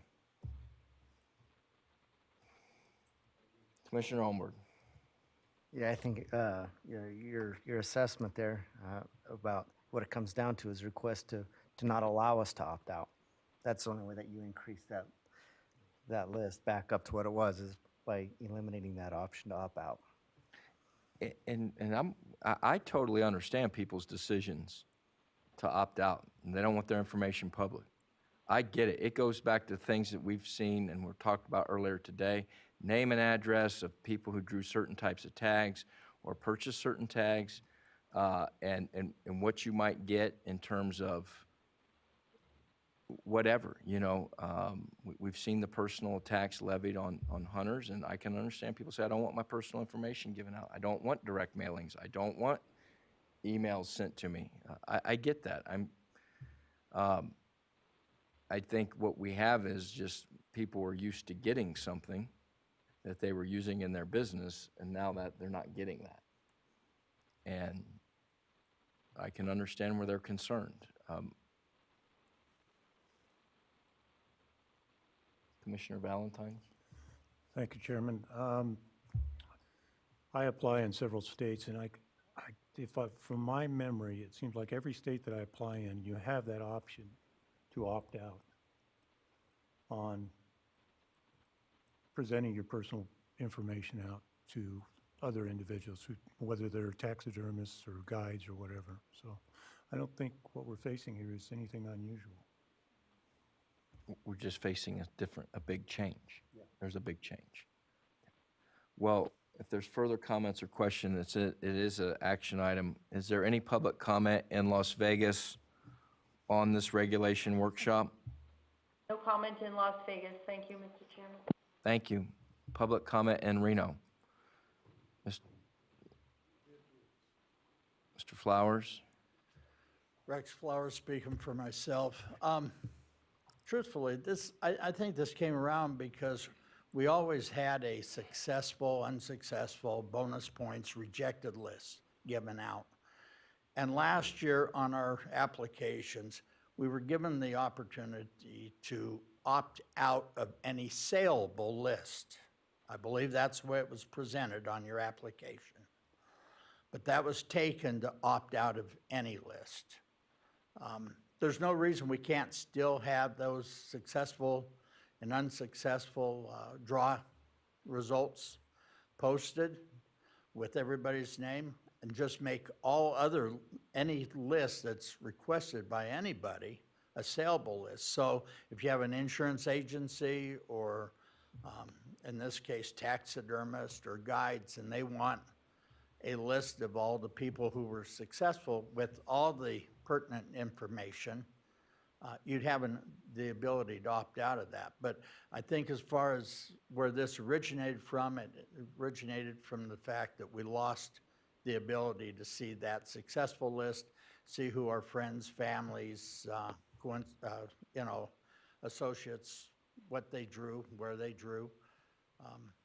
For me, that list that was given out, or that list that was posted on the website, was the results of a contract between both the department and the applicant.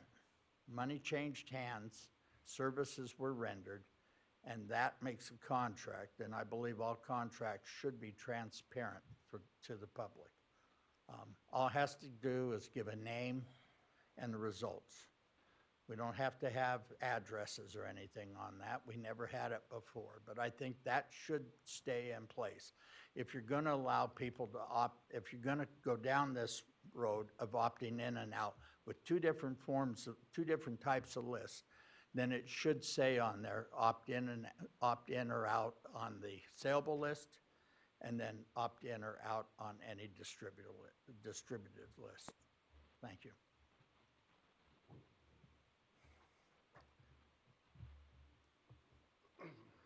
Mel Belding, I'm speaking for myself. I'm glad Rex did clarify that about the list. There wasn't just a list of the successful, there were several lists. I don't know where to start. This has been a craw in my throat for quite a while. And this list got to be where it was bigger than Christmas. You could take a choice of any 10 parties in this town to go to when that list came out Friday night. It was that big of a deal. I guess the biggest problem that I'm gonna have, that I had and I still have, is the public was led astray. I'm not gonna go so strong as to say lie, but I'm gonna say we were led astray. We were assured many times from the November meeting on that there'd be no changes to this draw. There were several, not just this list. There were several changes. Public, in Nevada. We were told that Calcamai was looking at have a building in Nevada. Security reasons came up. If that was a problem then, when the project manager of Calcamai was here, he should have let us know that it wasn't going to be public, that his building couldn't do it. I am 100% with Rex. I think that successful list, I think every list we had prior to Calcamai taking this should be public. If someone wants to buy the sellable list with the rest of our information on it, then so be it. But it was not right being led astray that there was not going to be any changes to this draw. As far as the list that went out, I have a copy of that list. The problem was, and you can see it right there, it's not broken down. It is conglomerated from mule deer, jumps to sheep, jumps to elk, jumps to goat, jumps to everything. that sellable list before was categorized. And that's the biggest mess with that list, and that list was given free. So, I'm sorry I had to speak my mind, but this is the problem. This was not transparent, and we were led astray, to say the least, the very least, that there was going to be no changes to this draw.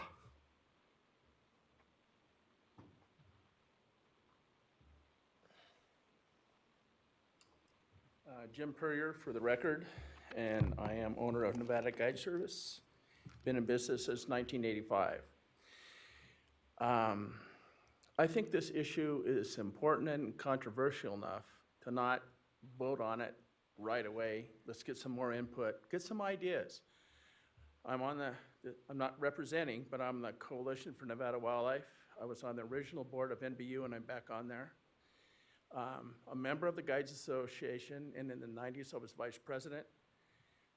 Been involved with wildlife for a long time because I'm an old guy. So my suggestion is take a deep breath and let's do this right and get all the input we can.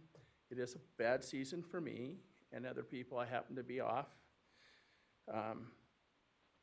So I want to tell you what happened to me. I was led astray also. I don't know which meetings I was told this, but we got a presentation, the outfitters, the coalition, and NBU minimally, and the Washoe Cab. I was wrong about the application system is a great system. But the one thing that really hurt me, I am down 40% in business because over the past 5 years, every year I'd get so many sheep, but I'd work hard off the list. Now, I'm 40% down. I also had $4,500 more in expenses to get the clients I have this year. The people that are winning are out-of-state businesses that provide application services. I have to pay 10% of a booking to the agency, the booking agency that says, oh, he's a good guy, go with him. Clients never even knew that. So I said, did you know I'm paying an extra, whatever, $750, $1,000, $500 to the, I didn't know that. So just to let you know, I'm down 40%, and I spent $4,500 in advertising and national books, and including in that is 10% for booking agent fee on 2 sheep hunts. So tell me that makes any business sense when you've set up for 30 years on a certain thing and all of a sudden it changes. And we were told no changes. The one thing that Mr. Robb told us at one of the meetings, and I think it was the guy, you'll have a sellable list, but I can't guarantee you how much it's going to cost. Is that up to Calcamy? And we're thinking, hey, if it's $300-500, oh well, it's way better than $4,500. So that's what's happened to us. And this is kind of why I'm requesting the board, the commission, to think about slowing the process down a smidge so everybody can put some ideas out. The Washoe County CAV the other night supported passing this. Mr. Purrier, past 3 minutes. If you could wrap it up, please. Okay.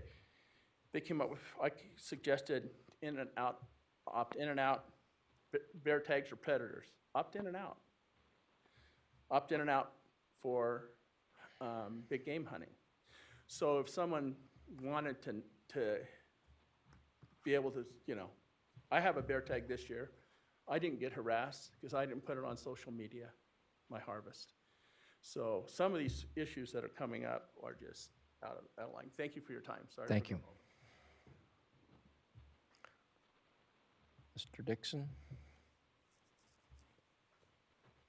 For the record, Paul Dixon, Clark Cab. A lot of passion on the commission, a lot of passion at my cab on this discussion item too. I will agree with Commissioner Valentine. I apply for tags in different states. Every state except for this one has always allowed me the option to opt out.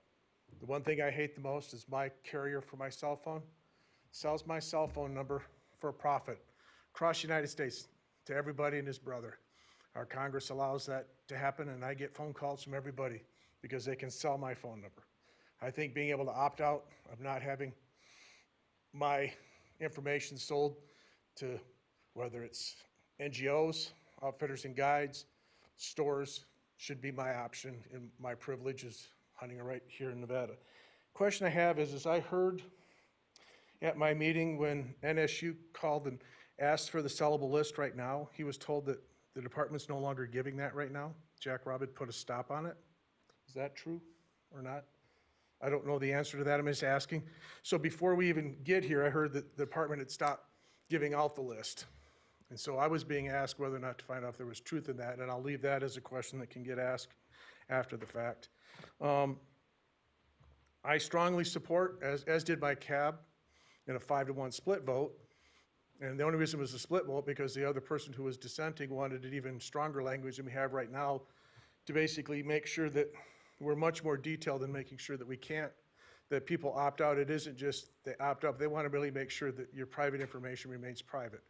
Meaning that when you have a sellable list, Chet mentioned when they have to assure in a sellable list, when they do it, it has to come through, they have to have a request to get the additional information so they can track it. Well, once you sell a list to somebody, who tracks what they do with that list? Why couldn't that person just take and sell that list to a bunch of other people? I mean, what stops the selling and tracking of a list once it gets started? That's when Verizon does it, then your phone number gets sold hundreds of times. That's why you get so many phone calls, trust me. That's why every political group has your phone number. That's why every grocery store knows what you do because you use a card. Everything gets sold. It's all big data. Having the opportunity to opt out is huge, guys. And to be honest with you, it's our opportunity in the state to allow our hunting community to do that. I understand the outfitters and guides have had, since beginning of time, the ability to see everybody's information. We're now in big data times, and it's a different world than it was a long time ago.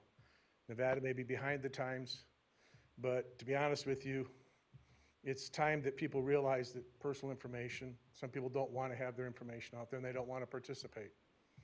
This state wants to get back to living in quieter times. Quieter times means protecting your information and holding it tight to vest. If you don't want to share it, you shouldn't have to share it.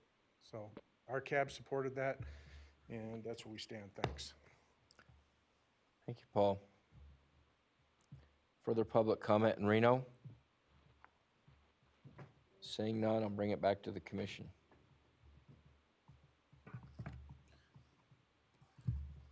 Mr. Chairman, if I may. Chet Van Dalen, for the record, just to stay clear on what's about to proceed in the conversations and the decision of the commission, I'd like to separate the mechanisms of distributing a freely available list, the mechanisms of opting out, should you opt out from a sellable versus a distributed, all of that can be handled. But what we're deciding here is the language of the regulation. Do we want the regulation to allow you to opt out of your information being shared for sale or freely? And the mechanism can be determined if we can do an improvement to the format. It's alphabetical, it's not random, by name. So if we need to format this list by hunt, we certainly can. If we need to post it in Excel, we certainly can. But I don't want the mechanisms to cloud the issue that we're deciding the language of the fundamental authority of the agency to protect your information or not. Thank you.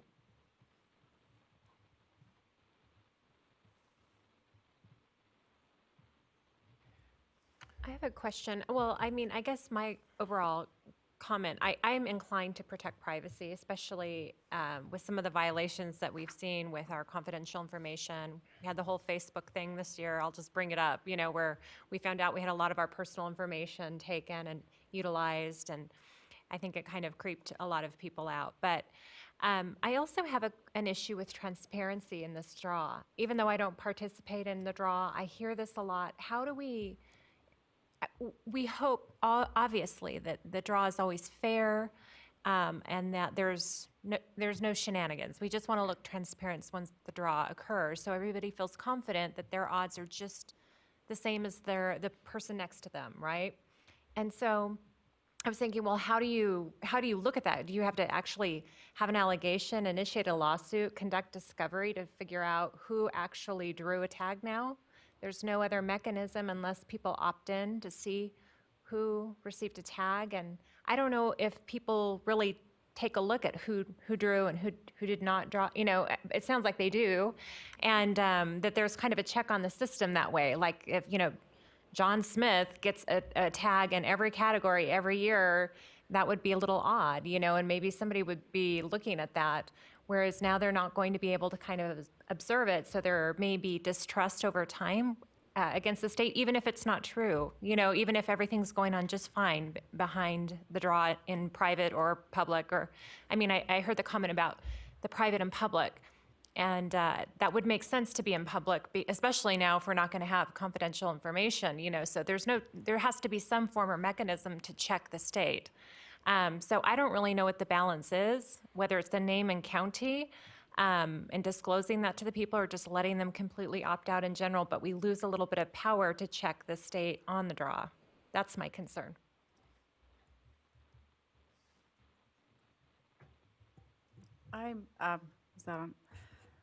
I'm torn on this. I never attended parties like Mel's talking about, but we always were able to look at the list and call friends and call family, and it was a moment of real excitement, and there was a lot of anticipation.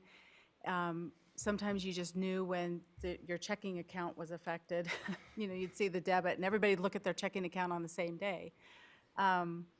It really, I mean, it was really fun. And I think it was usually around Father's Day, so everybody was always together and, you know, celebrating. And but at the same time, I understand the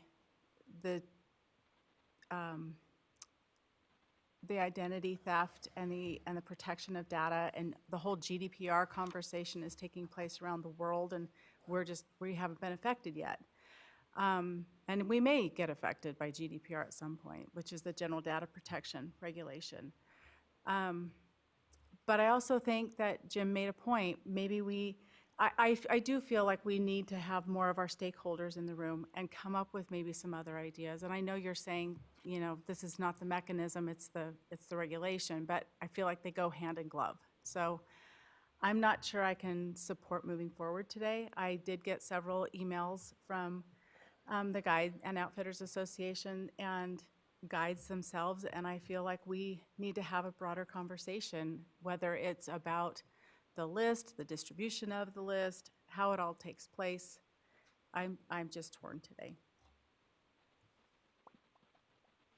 Right, and I just was going to add to that I'm even torn now a little bit about, I mean, I came in very strong wanting to protect privacy, but now this whole aspect of transparency has kind of come up too, and I'm like, I understand we're trying to say, do we have the authority to decide what is confidential information and how we're going to restrict that, but I think it's also a transparency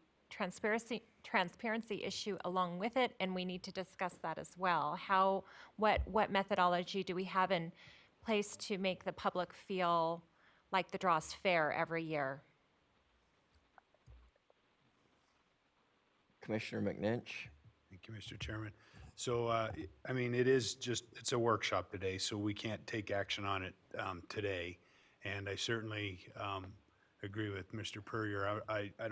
I'm not feeling in a hurry to move forward with this. It's certainly something that I think is real important for us to clean up, and I know the department's wanting to provide those clarifications, and I appreciate that. I think that's important too. So for me, I'm struggling with, the sellable list is to me, kind of stands on its own a little bit. That's something where the department, in my mind, correct me if I'm wrong, you take a certain amount of information, you build a little report, and then you sell it. Whether the department wants to continue to sell those right now or not, that seems to me like that would be their purview. They can make that decision. But it's a public records request side that I'm concerned about, and for me, I'd like to better understand, you know, if we were to carry on with another workshop into the short term at least, to where we could have that conversation on, I'd feel better if I understood where those boundaries are. What can we say we don't have to share or doesn't have to be shared. I'd really like to know a little more about that. We get hundreds of public records requests in my office, and I know that we even got away from charging people for extraordinary effort to put those requests together because it's so controversial on how you charge it and how, and laws have changed recently, and so we walk on eggshells with it for fear of, you know, getting a $50,000 lawsuit slapped against you and losing for something over a, you know, $5 document. For me, if we were to continue the discussion, I would really like to have a little broader conversation, take it one step back, and, you know, what information do we have the ability to restrict and be confidential on?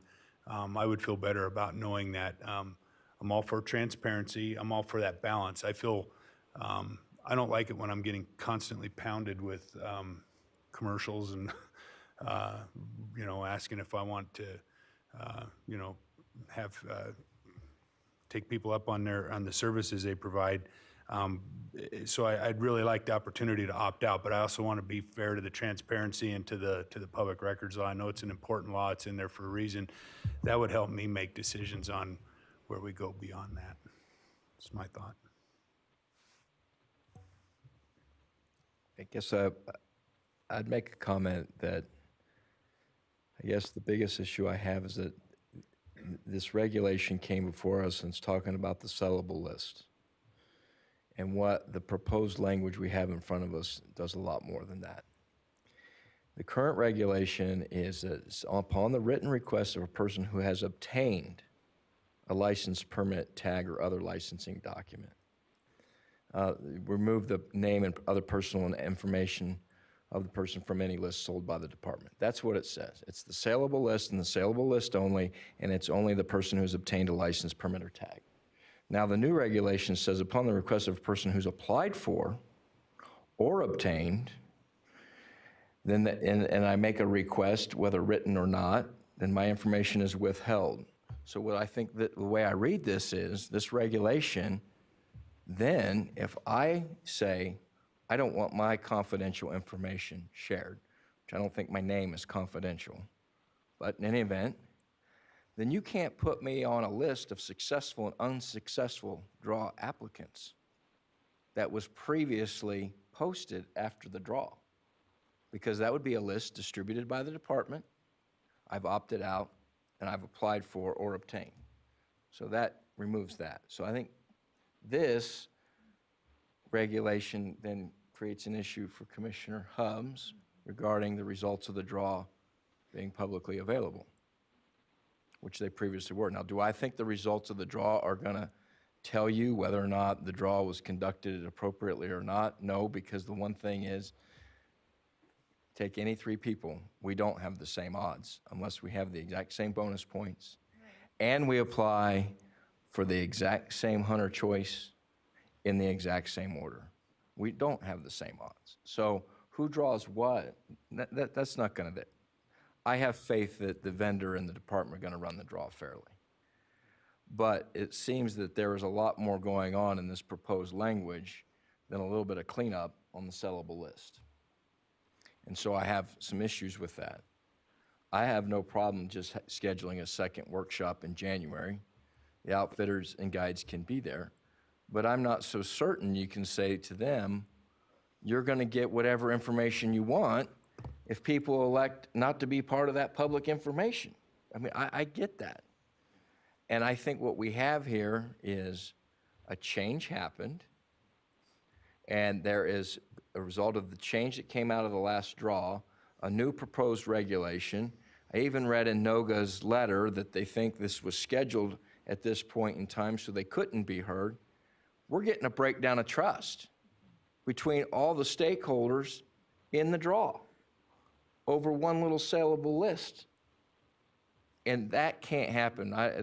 We can't let this thing swallow the entire mechanism and trust and integrity of the draw process. So I guess my view would be put it on the agenda in January for another workshop. We can hear more people inputs in that. But I do take Mr. Van Dellen's comment. This is a really narrow regulation as it was presented, and I'll speak my mind. I think it was presented as a narrow regulation. As I read it, it's quite a broad regulation.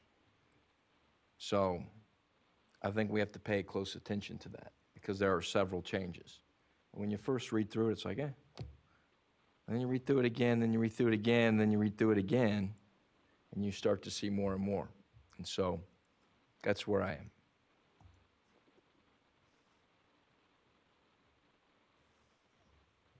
Commissioner Barnes? Well said, Mr. Chairman. Kind of what you went through is kind of what I was thinking too when you first read it.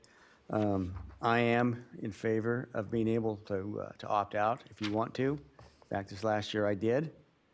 I like that idea. That doesn't bother me. But as you look at this and we delve into it, there's a lot more moving parts to it, and that's probably why we have this process. Why we workshop it a couple times before we adopt, so that we can get through it.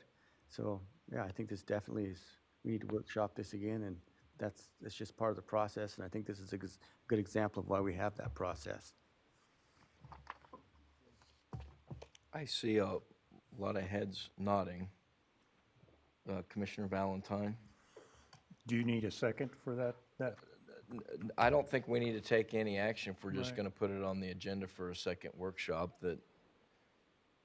Unless someone wants to make a motion, I will coordinate with the department that in the January meeting, which I believe is here, Las Vegas, here, that we put this on for a second workshop. I agree.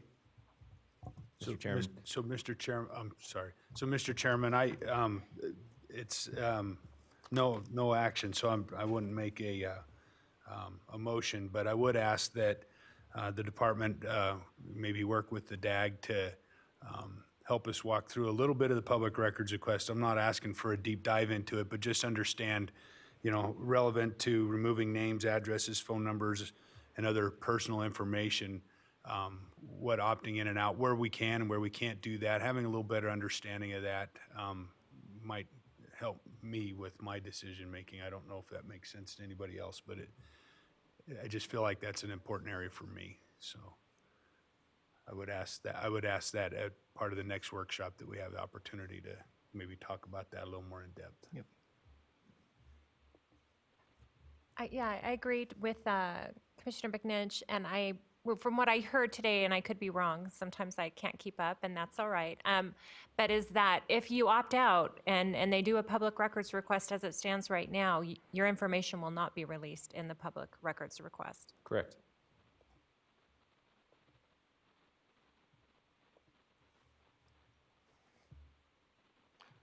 Seeing no motion and no action, we'll go ahead and close the agenda item, put it on the agenda for the January meeting and for another workshop. With that, move on to agenda item number 10, public comment period. Persons wishing to speak are requested to complete a speaker's card and present it to the recording secretary. No action can be taken by the commission at this time.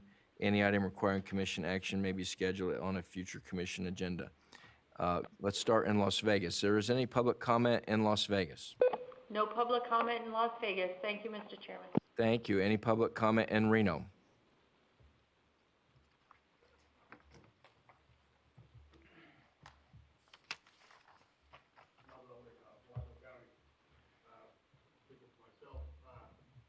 Thanks for a great meeting. It was pretty heartwarming with the procedure stuff. I think another question, and I failed to say it in the back class, why do we have to do this? It's already done. They already named the actor. We've done this last draw. So that's a good question. Why are we cleaning this up? It's certainly not a cleanup, but I'll leave it there. Thank you. Thank you, Mel. Jonathan Lesperance, Washoe County, on behalf of myself, Chairman Johnston, members of the board. The Nevada Board of Wildlife Commissioners approved the 2018 Nevada black bear hunt quotas and season dates at two separate meetings occurring in January and May of this year after receiving and reviewing testimony from the Nevada Department of Wildlife staff, county advisory boards, as well as public and private stakeholders. Recent events involving the harassment, slander, and threatening of a duly licensed participant in a legal black bear hunt during the 2018 season now compel me to address this board. Local groups opposed to the bear hunt have, without consent, obtained copyrighted photos of a successful Nevada bear hunter and used these images to actively solicit and entice threats against the hunter and the hunter's guides. These include threats of physical violence, libelous statements, and sexual harassment. The images were publicly shared across 2 local social media platforms from which several other public and private sites then share the images, each with ostensibly similar goals and messages. Such behavior intends to leverage intimidation and fear of physical, social, and/or economic retaliation in order to affect these groups' stated goals. It must also be mentioned that this occurrence is neither new nor is it an isolated event, and such instances have occurred since the inception of Nevada's bear hunt. Further, this type of behavior has been extended not just towards legal hunters, but has also been and continues at times to be directed towards members of this board as well as NDOW staff, including most recently the events of September 14 involving the harassment of one of the department's biologists. You see, I was one of the guides on the bear hunt I just described. My name is one of the names that was broadcast by these groups under headings such as "Name and shame these abusers and killers." I recognize and understand there are consequences for our actions, and I have chosen not only to be involved in the bear hunt, but to make myself an ambassador of it. What I find unacceptable is that when a person is not only encouraged to write a comment about putting a bullet between my eyes so that my family understands what it's like when I don't return home, that they're not held to account for those words. I do have a family. I am raising 3 beautiful babies, and so I can't help but be really concerned about statements like that. And to be clear, I am not advocating that we stop debating the merits or lack thereof for hunting bears. We can and must examine our means and methods of take, seasons, and species pursued. That is right and appropriate under the tenets of our North American model of wildlife conservation. However, it's my opinion and belief that if we can't get a handle on this issue and figure out a way to start curbing this behavior, we're headed towards a tragedy. Thank you. If I may, Mr. Chairman, respectfully request 30 seconds to speak on behalf of Larry Johnson, who's unable to You attend. still have time. Okay.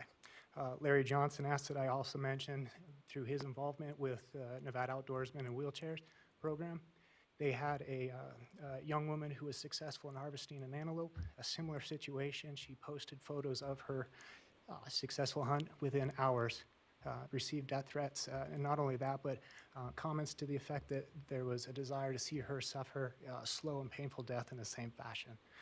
Larry had more to say on that, but he asked that I at least extend his comments there. Thank you for your time. Thank you. Joel?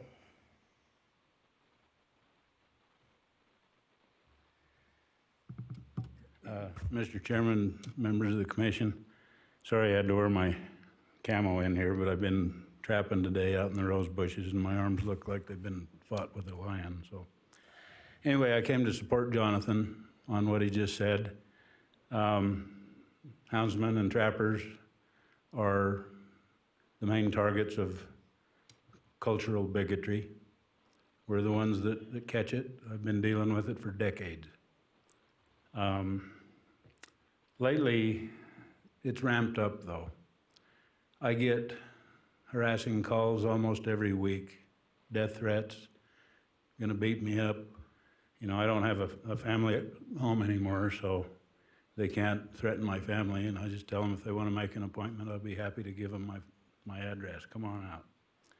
But I've tried to have these phone calls traced, and what they have is what's called a prank number, and apparently that's not something you can trace back. Pahrump is as close as I've been able to get to who these people are. Sometimes I argue with them, sometimes I just take the phone and set it down, let them rant until they figure out I'm not going to interact with them. But it's constant. It's probably a sign of the times, and you know, the hate speech and vitriol throughout the country is certainly in our little echo chamber as well. So anyway, I told Jonathan I'd get up and support him on this and let you guys know what's going on out there. Thank you. Mr. Purrier? Jim Purrier for the record. I'd like to thank the commission for postponing and working on the issue that's going to be heard in January. And I have had death threats for having mounts in sporting goods stores. I do put my cell phone underneath it, so, you know, it's more of an advertisement. I haven't had a lot, but even my wife, who lives in Lake Forest, Illinois, her college roommate that now lives in Oregon took a picture of a mount that said Jim Purrier and asked, "Is this you?" Well, my wife's a lot smarter than I am, so she didn't respond and let it die. So there is a big change out in the community about hunting, especially. And this was not a predator.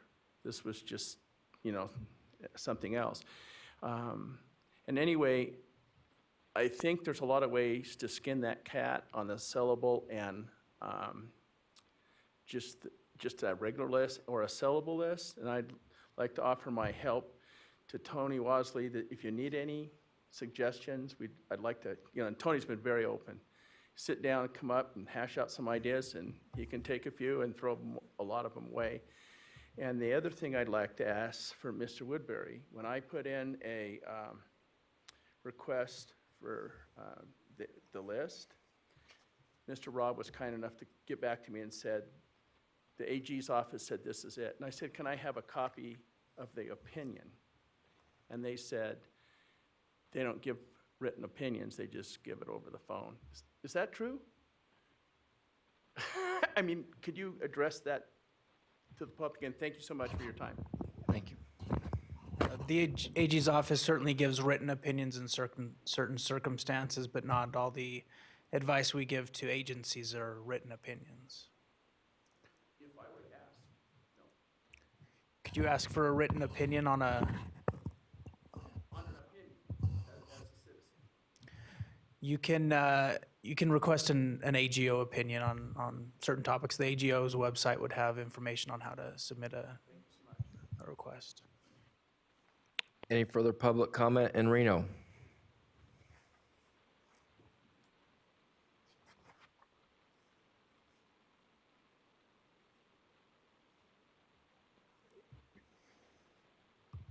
My name is Joe Crawford, and I'm representing myself. I was one of the hunters that was on the bear hunt with John, and I did see those posts on social media.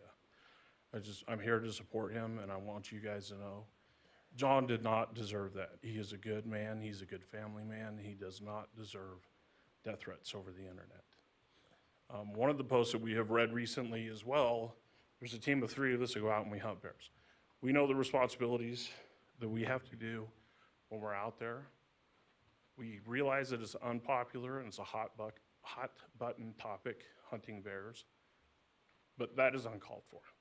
And I would compel you guys to make a decision or do something to try and curb that. And I think one of the problems that we have is bear mortality lists or survey sheets after the harvest of a bear is posted within 24 hours.